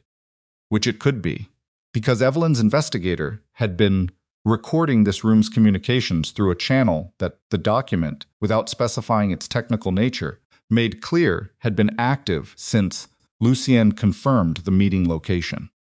The older European representative set the folder down. He looked at Lucien. Lucien had not read the documents. He had watched the room read them. His expression had not moved, which was itself a kind of answer to the question the room was now collectively asking. "You knew the communication was compromised," the European man said to Lucien. "Not a question. This is a fabrication," Lucien said. His voice was the same temperature, but there was something underneath it now. Something that had not been there before. A pressure. "Varelli has resources. The attorney's name is in her own communications," the other European representative said. He had a slight accent and the careful speech of someone for whom English was a third language. "The dates correspond to movements we can verify independently." This is not fabricated. You went to these men, the first European said, turning back to Lucien, under the representation that this was a clean opportunity, that Varelli was exposed and isolated. He picked up one of the pages. He is neither of those things. Lucien looked at Adrian. Adrian looked back. 20 years of cold détente, of careful territorial maintenance, of the particular professional respect that two powerful men maintain when they have decided that conflict is less profitable than coexistence, all of it compressed into a look that lasted approximately 4 seconds. You're going to lose the Europeans, Adrian said quietly. Only Lucien. Just those two. You're going to lose the financing behind this and the legal cover and the 2 years you spent building it. And you're going to lose it tonight in this room without a shot fired. He paused. You moved too fast. You didn't confirm your intelligence before you committed. That's the mistake. Lucien's jaw moved, almost imperceptible. And the attorney, Lucien said. That's not your concern anymore, Adrian said. One of the financial proxies pushed back from the table and stood up. Then the other. The European representatives were gathering the documents, not taking them, just closing the folder, which was a gesture that communicated their position without requiring them to state it. We will need to revisit the nature of this arrangement, the older European said to Lucien, with the careful language of someone withdrawing from a situation without making it official until they were in a room with their own lawyers. Lucien said nothing. They left. Both proxies left behind them. The room had 3 people in it: Adrian, Lucien, and the particular weight of what had just happened. You brought a woman into this, Lucien said finally. His voice had changed. Not much. But enough, she brought herself, Adrian said. I just finally got out of the way. Lucien looked at the empty chairs around the table. He looked at the folder. He looked at the door. What happens now? He said. That depends on what you do next, Adrian said. I'm not your enemy tonight, Lucien. Tonight I'm just a man who found out what was being built inside his house and decided to turn the lights on instead of burning the house down. He picked up the folder. You still have your operation. You still have your territory. What you don't have is the financing for a war that is now on record as your initiative. He paused. If you're smart, and I've always thought you were smart, you'll take a year. Rebuild what tonight cost you, and we will maintain the détente the way we've maintained it for 16 years. Lucien looked at him for a long time. And if I'm not feeling smart tonight, Lucien said, then you'll make a decision in the next 30 seconds that commits the rest of your organization's resources to a conflict that is already documented, already anticipated, and for which your financial backing has just walked out of the room. Adrian held his gaze. I know which choice you're going to make, but I'd like to hear you make it. The room was very still. Lucien looked at the table, at the empty chairs, at whatever version of the next 5 years existed on the other side of this moment. We maintain the détente, Lucien said. Flat, controlled. The voice of a man who has assessed a situation and made the rational decision and despises himself for the fact that it is the rational decision.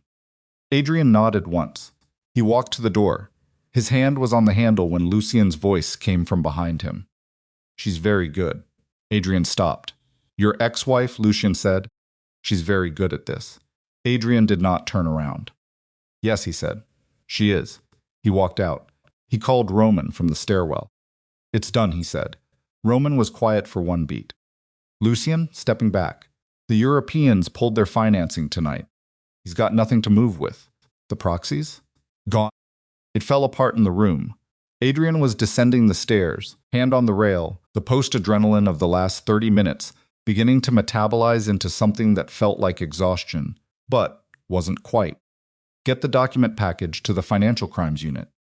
The Serena materials, all of it. I want it in their hands by midnight. Adrian, if we turn it over, that's what we're doing, Adrian said. This stops being handled inside. This goes to the process it should go to. He reached the bottom of the stairs. Gerald was standing in the lobby looking at him with the expression of a man who had heard enough through the floor to understand that the evening had gone in a particular direction. The era of handling everything ourselves is done, Roman. Roman paused. That's a significant statement. I know what it is. Adrian pushed through the door into the cold West 54th Street air. Make the call. He stood on the sidewalk. Manhattan moved around him with its characteristic indifference cabs and pedestrians and the compressed noise of a city that did not adjust its pace for individual reckonings, no matter how large they were. He pulled out his phone. He started to dial Evelyn's number. He stopped. He stood there for a moment, with the phone in his hand and the cold air on his face and the specific feeling of a man who has just done the right thing and is standing on the other side of it, discovering that the right thing does not feel the way you expect it to feel. It doesn't feel like victory. It feels like an ending clean, honest, irreversible. He put the phone in his pocket. He started walking. He walked 6 blocks north before he realized he had no particular destination, which was unusual for a man who had always known exactly where he was going, and which was, he understood as the city moved around him, probably appropriate. Serena's phone rang at 9:43. She was in her apartment on the Upper East Side, which was a very good apartment that she had paid for with money earned through a career she had worked very hard to build, and which she had in recent months used as a staging ground for decisions she would now prefer not to have made. She looked at the caller ID. It was not Lucien. Lucien had not called since their last conversation, and she had spent the evening in the specific agony of a person who does not know what silence from a dangerous source means. It was a number she did not recognize. She answered. Miss Calder, a woman's voice said, clean, precise. This is Elena Marsh from the Financial Crimes Division. I'm calling to inform you that we have received documentation this evening that requires a conversation with you at your earliest convenience. We'd like to schedule that meeting for 9 o'clock tomorrow morning. Serena's hand tightened on the phone. What documentation? She said. Her voice was steady. She was very good at steady. I'm not in a position to discuss specifics over the phone, Elena Marsh said. But I can tell you that it pertains to financial communications and the transmission of proprietary business information. We would strongly recommend that you have legal representation present tomorrow morning. The line stayed open, waiting. Serena stood in the living room of her very good apartment and felt the floor of the last 8 months give way beneath her, with the particular finality of a thing that has been built on an assumption that has just been proven wrong. I'll be there, she said. She ended the call. She sat down on the edge of the couch. Outside the city was doing what it always did, loud, indifferent, relentless, and somewhere in it. 2 people she had badly underestimated were standing on the other side of a night that had gone in the direction it had gone, and there was nothing she could do about any of it. She sat for a long time. Then she reached for her phone to call her lawyer, and as she did, it rang again. Lucien. She stared at his name on the screen. She stared at it for 4 full rings. Then she sent it to voicemail, set the phone on the cushion beside her, and sat with the specific, unmistakable silence of a person who has run out of moves and knows it. Evelyn was still at the office when Marcus Webb sent the final message of the evening. Financial Crimes confirmed receipt. Meeting with Calder scheduled 9 a.m. Barrasso's European financing withdrawn as of tonight. Roman source confirms détente conversation at the Harlow Club. It's done. She read it twice. She set the phone on her desk. She sat in her office on 6th Avenue, in a building that had waited for her for 14 years, and she breathed. Just breathed. The thing about winning a war without a gunshot is that it does not feel like winning. It feels in the stories people tell about winning. It feels like relief and exhaustion, and the strange flatness that comes after sustained tension releases, not euphoria, not triumph, but something quieter and more durable. The feeling of a structure holding. She had 7 missed calls, 3 from Nathaniel, 2 from Marcus, 1 from a number she didn't recognize, 1 from Adrian. She looked at Adrian's call for a long time. She did not call back. She stood up from the desk. She got her coat. She turned off the light. She rode the elevator down alone, and when she came out into the cold air of 6th Avenue, Manhattan was doing what it always did, vast and loud, and entirely uninterested in the specific human drama that had just resolved itself in its interior. And she stood on the sidewalk for a moment, coat buttoned against the cold, and felt the night air on her face. Tomorrow there would be Nathaniel and the legal process and the foundation planning, and and 100 other things that required her presence and her attention. Tonight, she stood on the sidewalk and let herself feel the full weight of what had been built and what had been protected and what had been, finally, released. Her phone buzzed. A message. Adrian, I want you to know whatever comes next. And I know what comes next. What you did tonight mattered. Not for my empire. For something worth more than that. Thank you. She read it once. She put the phone in her pocket. She began to walk. The city moved around her in its enormous, indifferent way, and Evelyn Marlowe walked through it with the particular quality of a woman who has finally stopped making herself small, not because she was angry, not because she had something to prove, but because there was simply no longer any reason to. 4 blocks north, Adrian Varelli was also walking. Neither of them knew they were walking in the same direction. Manhattan kept them apart, the way it kept everyone apart, with its density, its noise, its absolute commitment to the proposition that every story happening within it is happening simultaneously and without awareness of the others. But the next morning would come, and with it, the last thing left to resolve not between enemies, not across a table with documents and strategy, but between two people who had once been honest with each other in front of a bad painting, and who owed each other one final. The morning after came in gray and cold, the way New York mornings come in November, when the city has run out of the pretense of warmth and settled into its honest winter self. No softness in the light, no apology in the air, just the city as it always was, asking nothing and offering nothing, and continuing regardless. Evelyn woke at 5:43 without an alarm, which had been her pattern for most of her adult life. She lay in the bedroom of the penthouse on East 72nd Street for approximately 4 minutes, the penthouse that Adrian had given her, that had always belonged to a Marlowe company, that had always been, in a legal and structural sense, hers, and she looked at the ceiling and let the events of the preceding days settle into their permanent shape. This was something she had always done. Let things settle before she moved. Let the noise of what had happened quiet down enough that she could hear what it actually meant. What it meant this morning was this. Serena Calder was meeting with the Financial Crimes Division in 3 hours. Lucien Bafrasso had lost his financing and his allies and his 2 years of preparation in the span of one evening in a private dining room. The documents that could have destroyed Adrian's legitimate operations were locked inside a file system that would not be opened by anyone unauthorized. And Adrian Varelli, somewhere in this city, had walked out of the Harlow Club without violence and made a phone call that sent evidence to the authorities rather than making the problem disappear, the way he had always made problems disappear. She thought about that for a moment. The specific weight of it. A man who had spent 20 years building a world where he was the final authority on consequences, who had never once in that time voluntarily handed that authority to an external process making that call. She got up. She made coffee. She stood at the window with the cup in both hands and looked at Manhattan waking up below her, the gradual lightening of streets that never fully darkened, and she thought about what came next. Not tactically, not strategically. She had spent enough of the last 2 weeks thinking in those modes. She thought about what came next in the other sense, the human sense, the sense that asked, now that the emergency is over, who are you and what do you want your life to look like? She had an answer. She had been building it for months, quietly, alongside everything else this way she built most things, in the background, without announcing it until it was ready. She had a foundation to launch.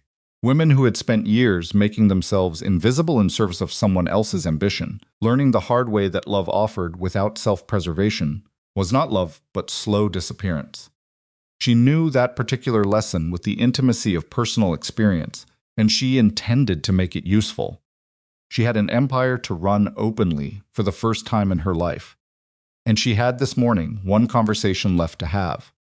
She knew Adrian would come. She had not called him back last night because she had needed the night to be its own thing, to let the exhaustion and the relief and the grief all exist, without being managed or shaped for someone else's benefit.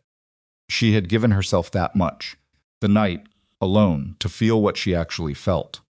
What she actually felt was complicated, in the way that true things are always complicated. Relief that it was over, a bone-deep tiredness that went beyond sleep. Grief that sat below everything else like groundwater, present and quiet, and not going anywhere.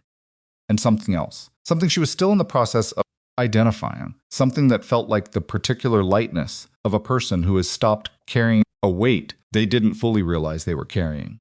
She was free, not from grief, not from the years, not from the specific ache of having loved someone imperfectly for a long time, but free from the contraction, from the daily practice of making herself less in order to make someone else feel like more. She was Evelyn Marlowe. She was 41 years old.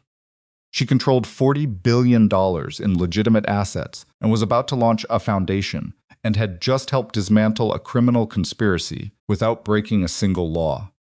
She was, she thought, standing at her window with her coffee, going to be all right. More than all right, she was going to be remarkable. She almost smiled at the thought. Not quite. Too early in the morning for that. But almost. Her phone lit up on the counter. A message from Nathaniel sent at 6:15, which meant Nathaniel had also not slept particularly well.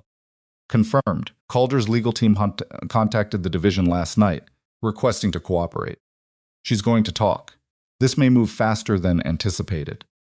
Call me when you're up. She typed back, I'm up. Call at 7.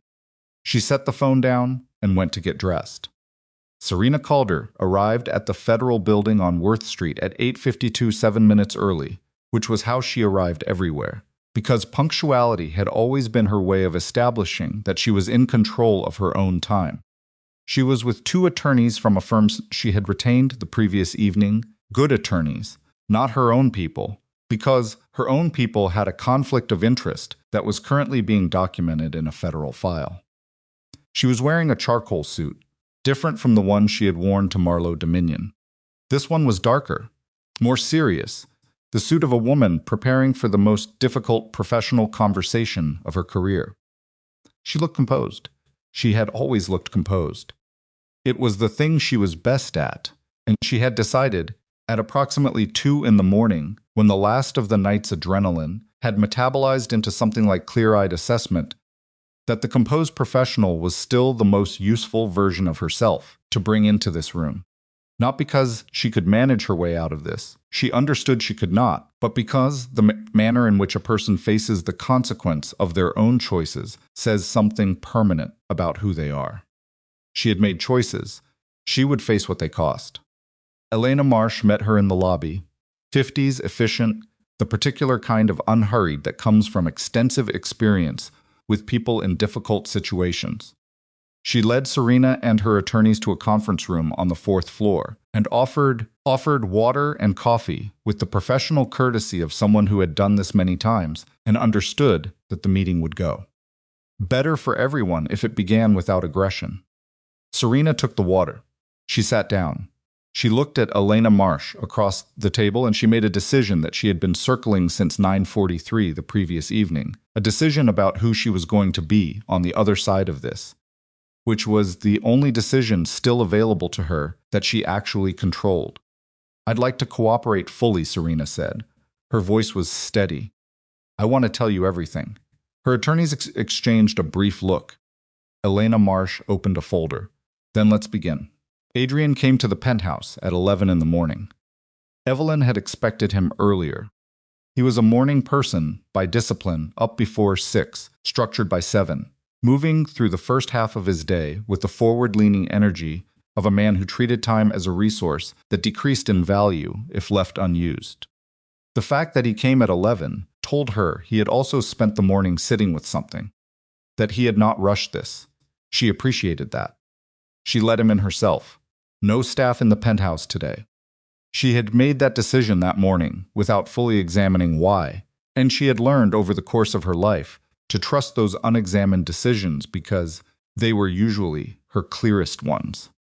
He stood in the foyer of the penthouse that had been the primary set of their marriage, where they had eaten 1,000 dinners and had the arguments that mattered and the ones that didn't, and the silences that meant different things at different points in 14 years, and he looked around it for a moment, the way a person looks at a place they associate with a particular version of themselves that no longer exists. He looked tired, Not the operational tiredness of a man managing a crisis, but something older and more personal. The tiredness that comes after a long run of choosing wrong, and finally choosing right and discovering that choosing right is not easier, just different. He was wearing a dark sweater and slacks rather than a suit, which was also unusual. Adrian in a sweater was Adrian, without the architecture of professional identity. Adrian slightly undone. "Coffee," Evelyn said, "please." They sat at the kitchen counter, the same 2 stools, the same positions they had occupied every morning of their marriage. The geography of habit was strange and specific, and neither of them acknowledged it directly. She poured. He picked up the cup with both hands the way he always had. They sat with the coffee for a moment without talking. "Serena is cooperating," Evelyn said. "I heard." He looked at the counter. "Nathaniel's contact at the division called Roman an hour ago. She's giving them everything. That's good. For the case." He paused. "It's strange I spent 20 years in a world where cooperation with authorities was the worst thing a person could do. The betrayal above all betrayals." He turned the cup in his hands. "And my first thought when I heard it was relief. Because it means this gets handled properly. Means there's a record. Means it doesn't just disappear the way things used to disappear." He looked up at her.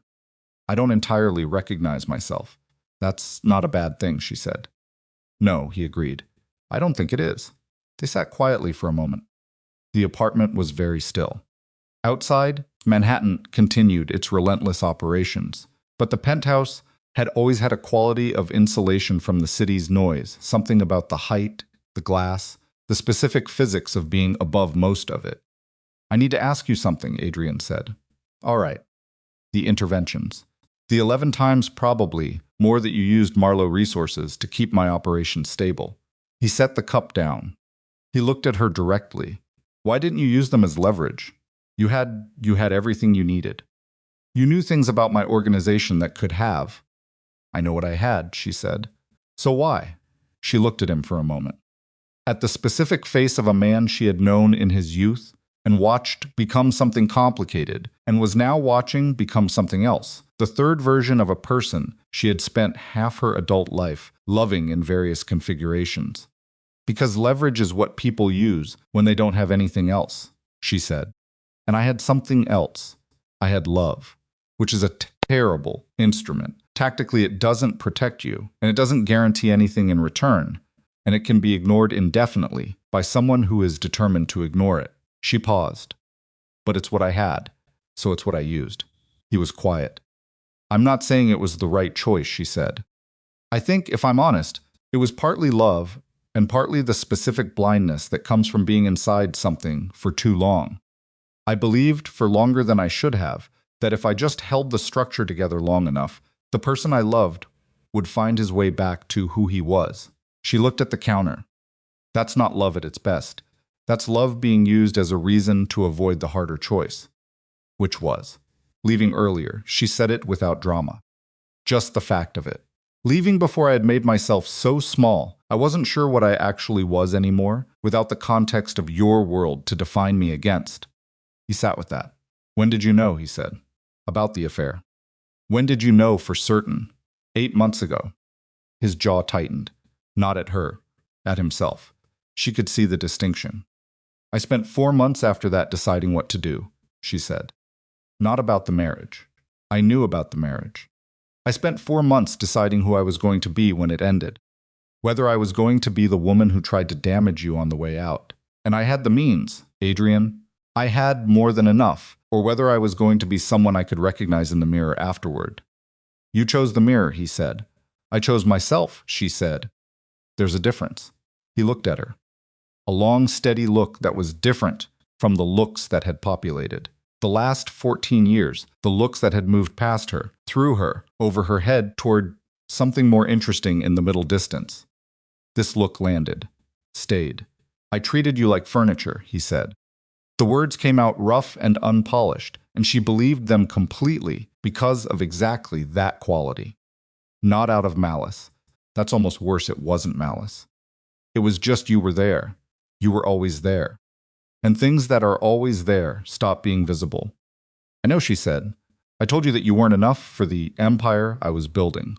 He stopped. Standing in Lucien's room last night, after they all left standing there thinking about what you had built, and what I had almost let be destroyed, and what it cost you to protect something you weren't going to benefit from. He shook his head. The empire I was building, as though I had built it alone.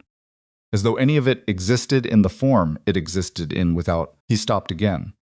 Adrian, she said, you don't have to reconstruct it all for me. I was there. I know what happened. I know. His voice. I need to say it. Not for you. For he stopped. Tried again. I need to say it out loud in a room where someone who knows the truth of it can hear it and confirm that I'm seeing it clearly.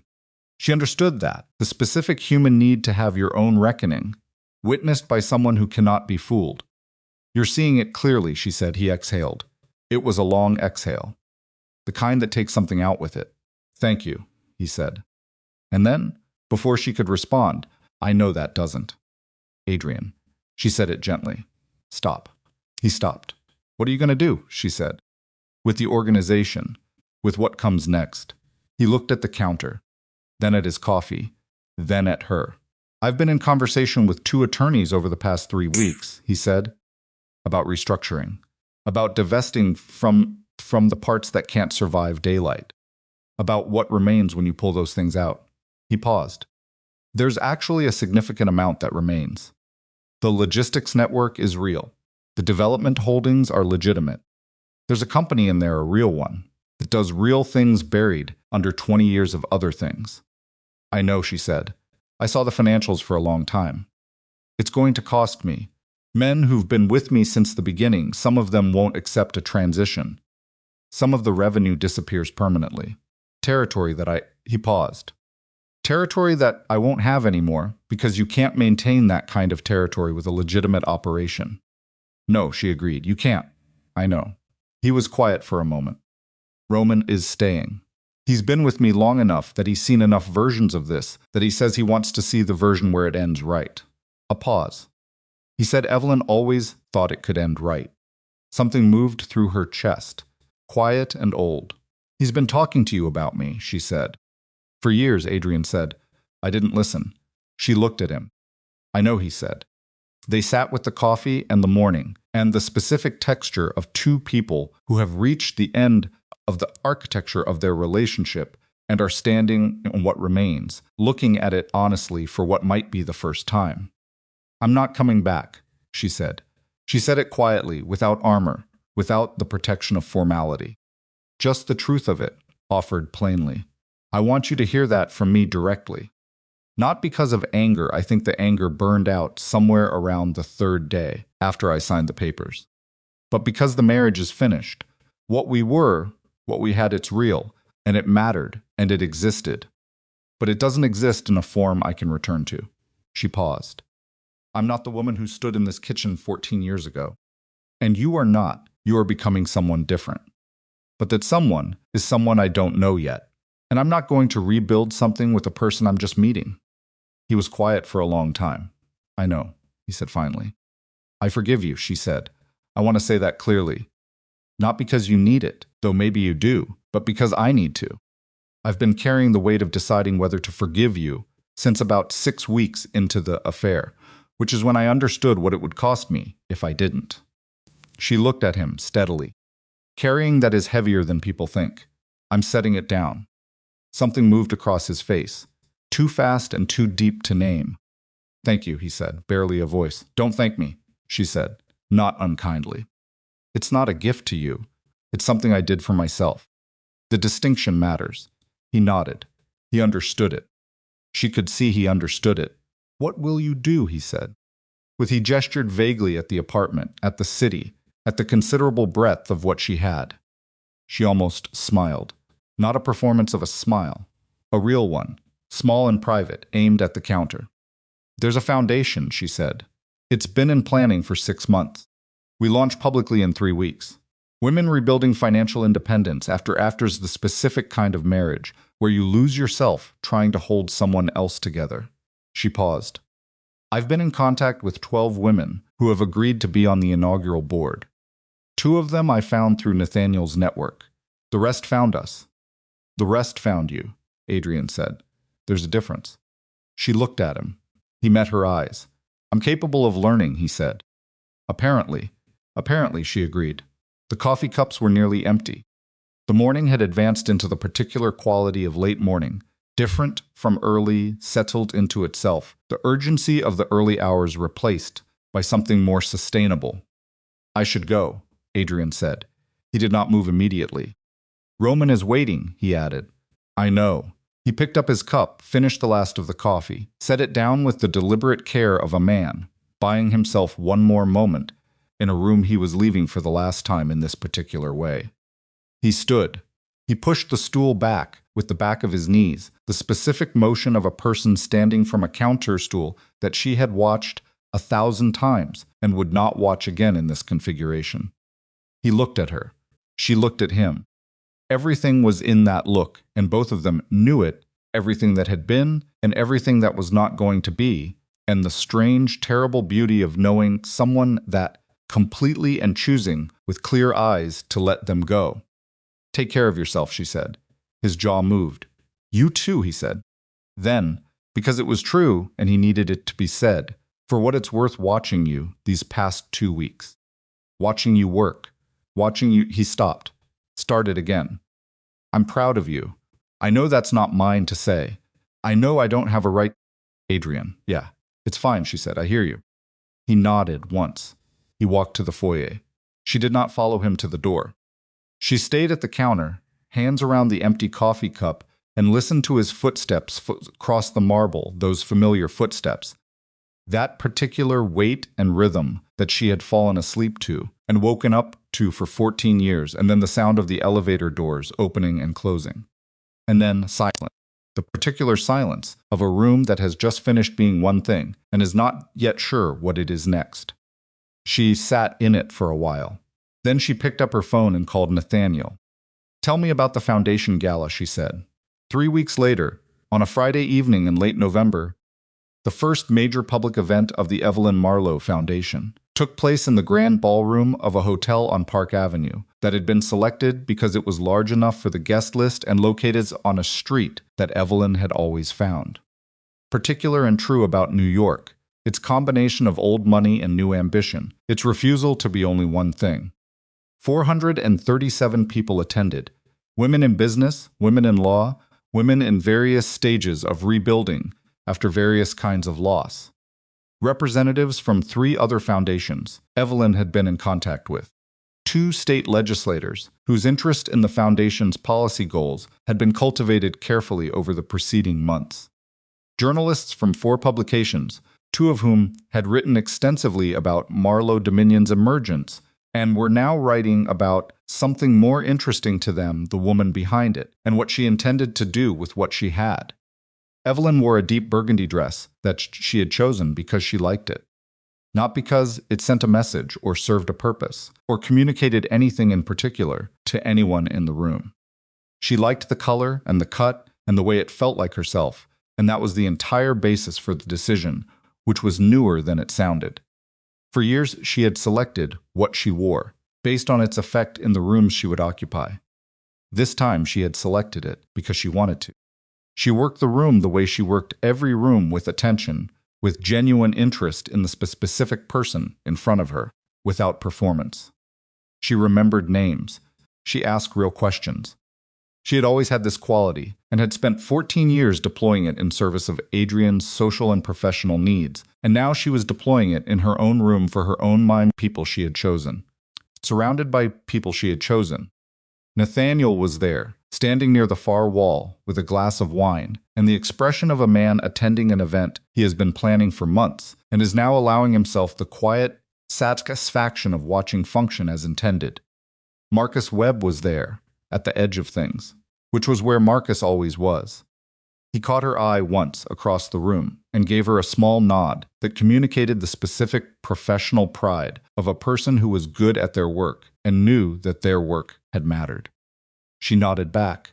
She was in a conversation with a woman named Rachel Ossie, 44, a former corporate attorney who had spent 7 years in a financially controlling marriage and was now 18 months into rebuilding, and who had been one of the first people to contact the foundation before it had even formally announced itself. when she became aware that the quality of the room had shifted slightly. Not dramatically, not the way a room shifts when something goes wrong. More subtle, a small adjustment in the collective attention of people in the back half of the ballroom, near the entrance. She continued her conversation with Rachel. She did not look toward the entrance. 2 minutes later, she excused herself gracefully, touching Rachel's arm with the warmth of genuine connection, and moved toward the edge of the room where she could see. Adrian was standing near the back wall, alone. No Roman. No security presence, just a man in a dark suit at the edge of a room he had not been invited to and had come to anyway, which was either an act of presumption or an act of something else, and she spent exactly 2 seconds deciding which, before she recognized it for what it was. He was not there to talk to her. He was not angling through the crowd toward her.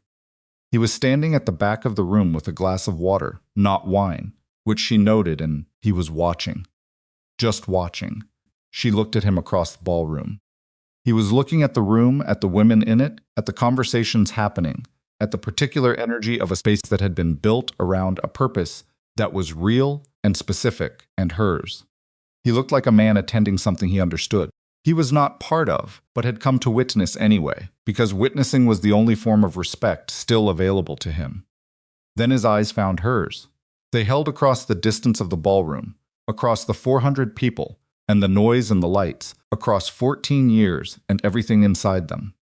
She let herself look at him fully, the way she had not let herself in the kitchen of the penthouse, because the kitchen had required her to be contained. Here, in her own room, at her own event, with her own name on the foundation's materials, she could look at him without needing to manage what the looking meant. He looked like someone she had loved. He looked like someone she still, in the specific way that does not require action, loved the old version of it, the version that lives below the decisions you make about your own life. That doesn't go away just because the decisions are the right ones. He looked like a man who had finally seen himself clearly and found the seeing difficult, and was doing it anyway. She gave him a small nod, not an invitation, not a reclamation, not the opening of a door she had closed deliberately and with full knowledge of what it cost. A recognition. He returned it. Then he set his glass down on a nearby table, turned, and walked out. She watched him go. She watched until the crowd closed behind him, and she could no longer see the dark suit moving toward the exit. Then she turned back to her room, her ballroom, her foundation, her 437 people, and she rejoined it. He walked for a long time after. The city was cold and clear, that particular November clarity where the air has no patience for ambiguity and everything is exactly as sharp as it appears. He walked south from Park Avenue without a specific destination, which had become something he was learning to tolerate: the absence of destination, the willingness to be in motion without knowing where the motion was taking him. He had been building his whole life toward destinations. The next territory, the next alliance, the next demonstration of power. Destination after destination, each one proving something to someone, most of them to himself. He was 50 years old. He had built an empire that had required him to be one kind of person.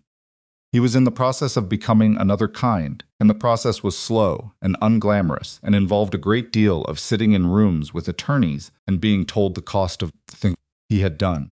Not abstractly, in specific dollar amounts and specific legal exposures and specific decisions that had to be made about specific people who had worked for him and whose futures were now entangled with his choices. Roman had said to him 2 weeks earlier, in the temporary office that was becoming a more permanent one as the legitimate restructuring took shape, "You know what the strange thing is? The legitimate business is actually good. It's always been good. You just used the other thing as a crutch when the legitimate thing was going to be fine on its own." Adrian had looked at the documents in front of him. "Why didn't you say that 20 years ago?" "I did," Roman said. "You weren't listening." He had not argued. He walked. The city moved around him with its relentless indifference, and he let it move, and he thought about the ballroom he had just left, and the woman who had commanded it, and the specific quality of her, gnawed the recognition in it, the finality, the complete absence of cruelty, which was the thing that had always been most essentially Evelyn. She could have been cruel. She had every instrument necessary. She had chosen consistently not to be. He thought about what that cost. To have all of it and choose, repeatedly, to use none of it against someone who had used their own advantages carelessly and without full awareness of what they were doing. He thought about the painting in Chelsea, dark blues and grays, loneliness dressed up as ambition. He had looked at it for 20 years and seen it in every mirror and not recognized what he was looking at. He was looking now. He stopped walking at the corner of Park and 34th and stood for a moment looking south down the length of the avenue. The city laid us out in its illuminated density, and he felt the cold air on his face and the particular feeling of a man who has arrived through great cost and some damage that cannot be undone at the beginning of something true.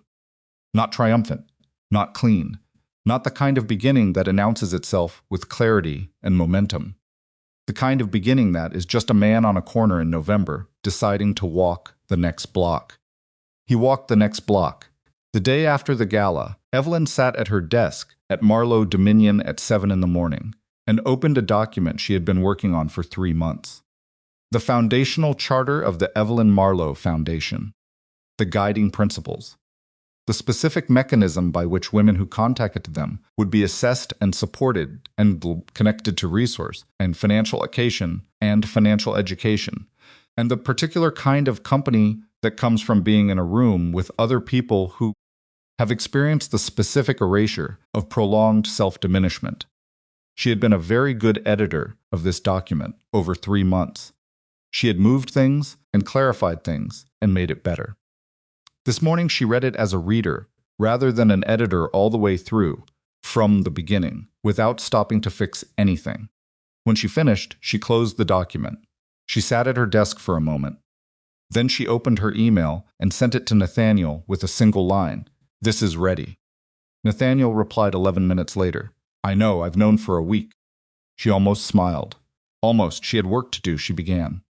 Months passed the way months do, when you are building something real, not quickly, not slowly, but with the specific texture of genuine forward motion, where each day has friction and cost, an occasional failure, and the accumulation of it is, in aggregate, unmistakably progress.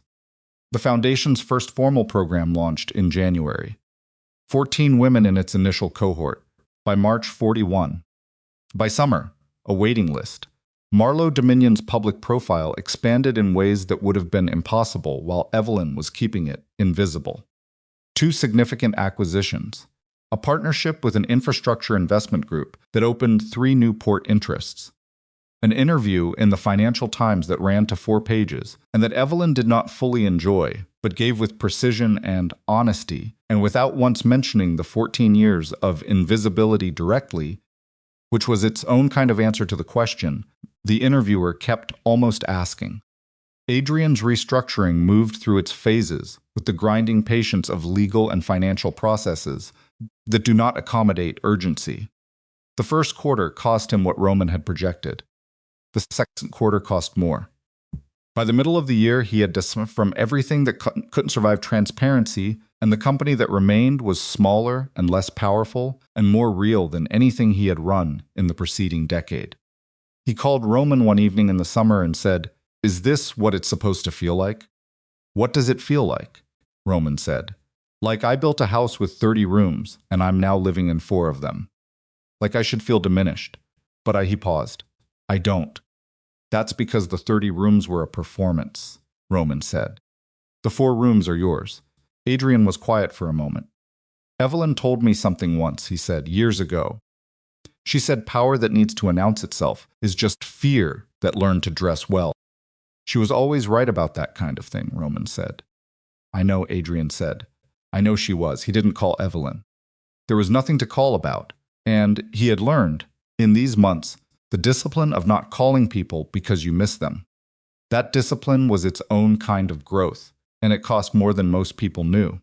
Evelyn heard about the restructuring through Nathaniel's sources and through the financial press, and occasionally through Roman, who had developed a professional relationship with Nathaniel over the course of the preceding months that both of them would have described as something between mutual respect and cautious friendship.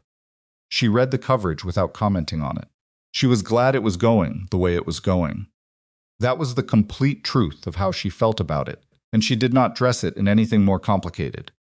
She was glad, not for him, for the world that was incrementally smaller in the specific way that indicated something dangerous, becoming something less dangerous. She had spent years quietly, protecting an empire that should not have needed her protection. She was glad to see that empire transform into something that could stand in daylight, even if it was smaller and less dramatic for the standing. She also, in the honest accounting of her own interior life that she had committed to doing, missed him. The way you miss someone you have loved for a long time, not romantically, not with want, but with the particular missing of a person who was woven into the daily fabric of your life for so long that their absence is its own kind of presence. She did not act on the missing. She did not call. She let it exist as information about herself rather than as instruction about what to do next. Real love should never require invisibility. She had said that to herself on the night of the gala, standing on the balcony, looking at the city. She had meant it about the love she had given.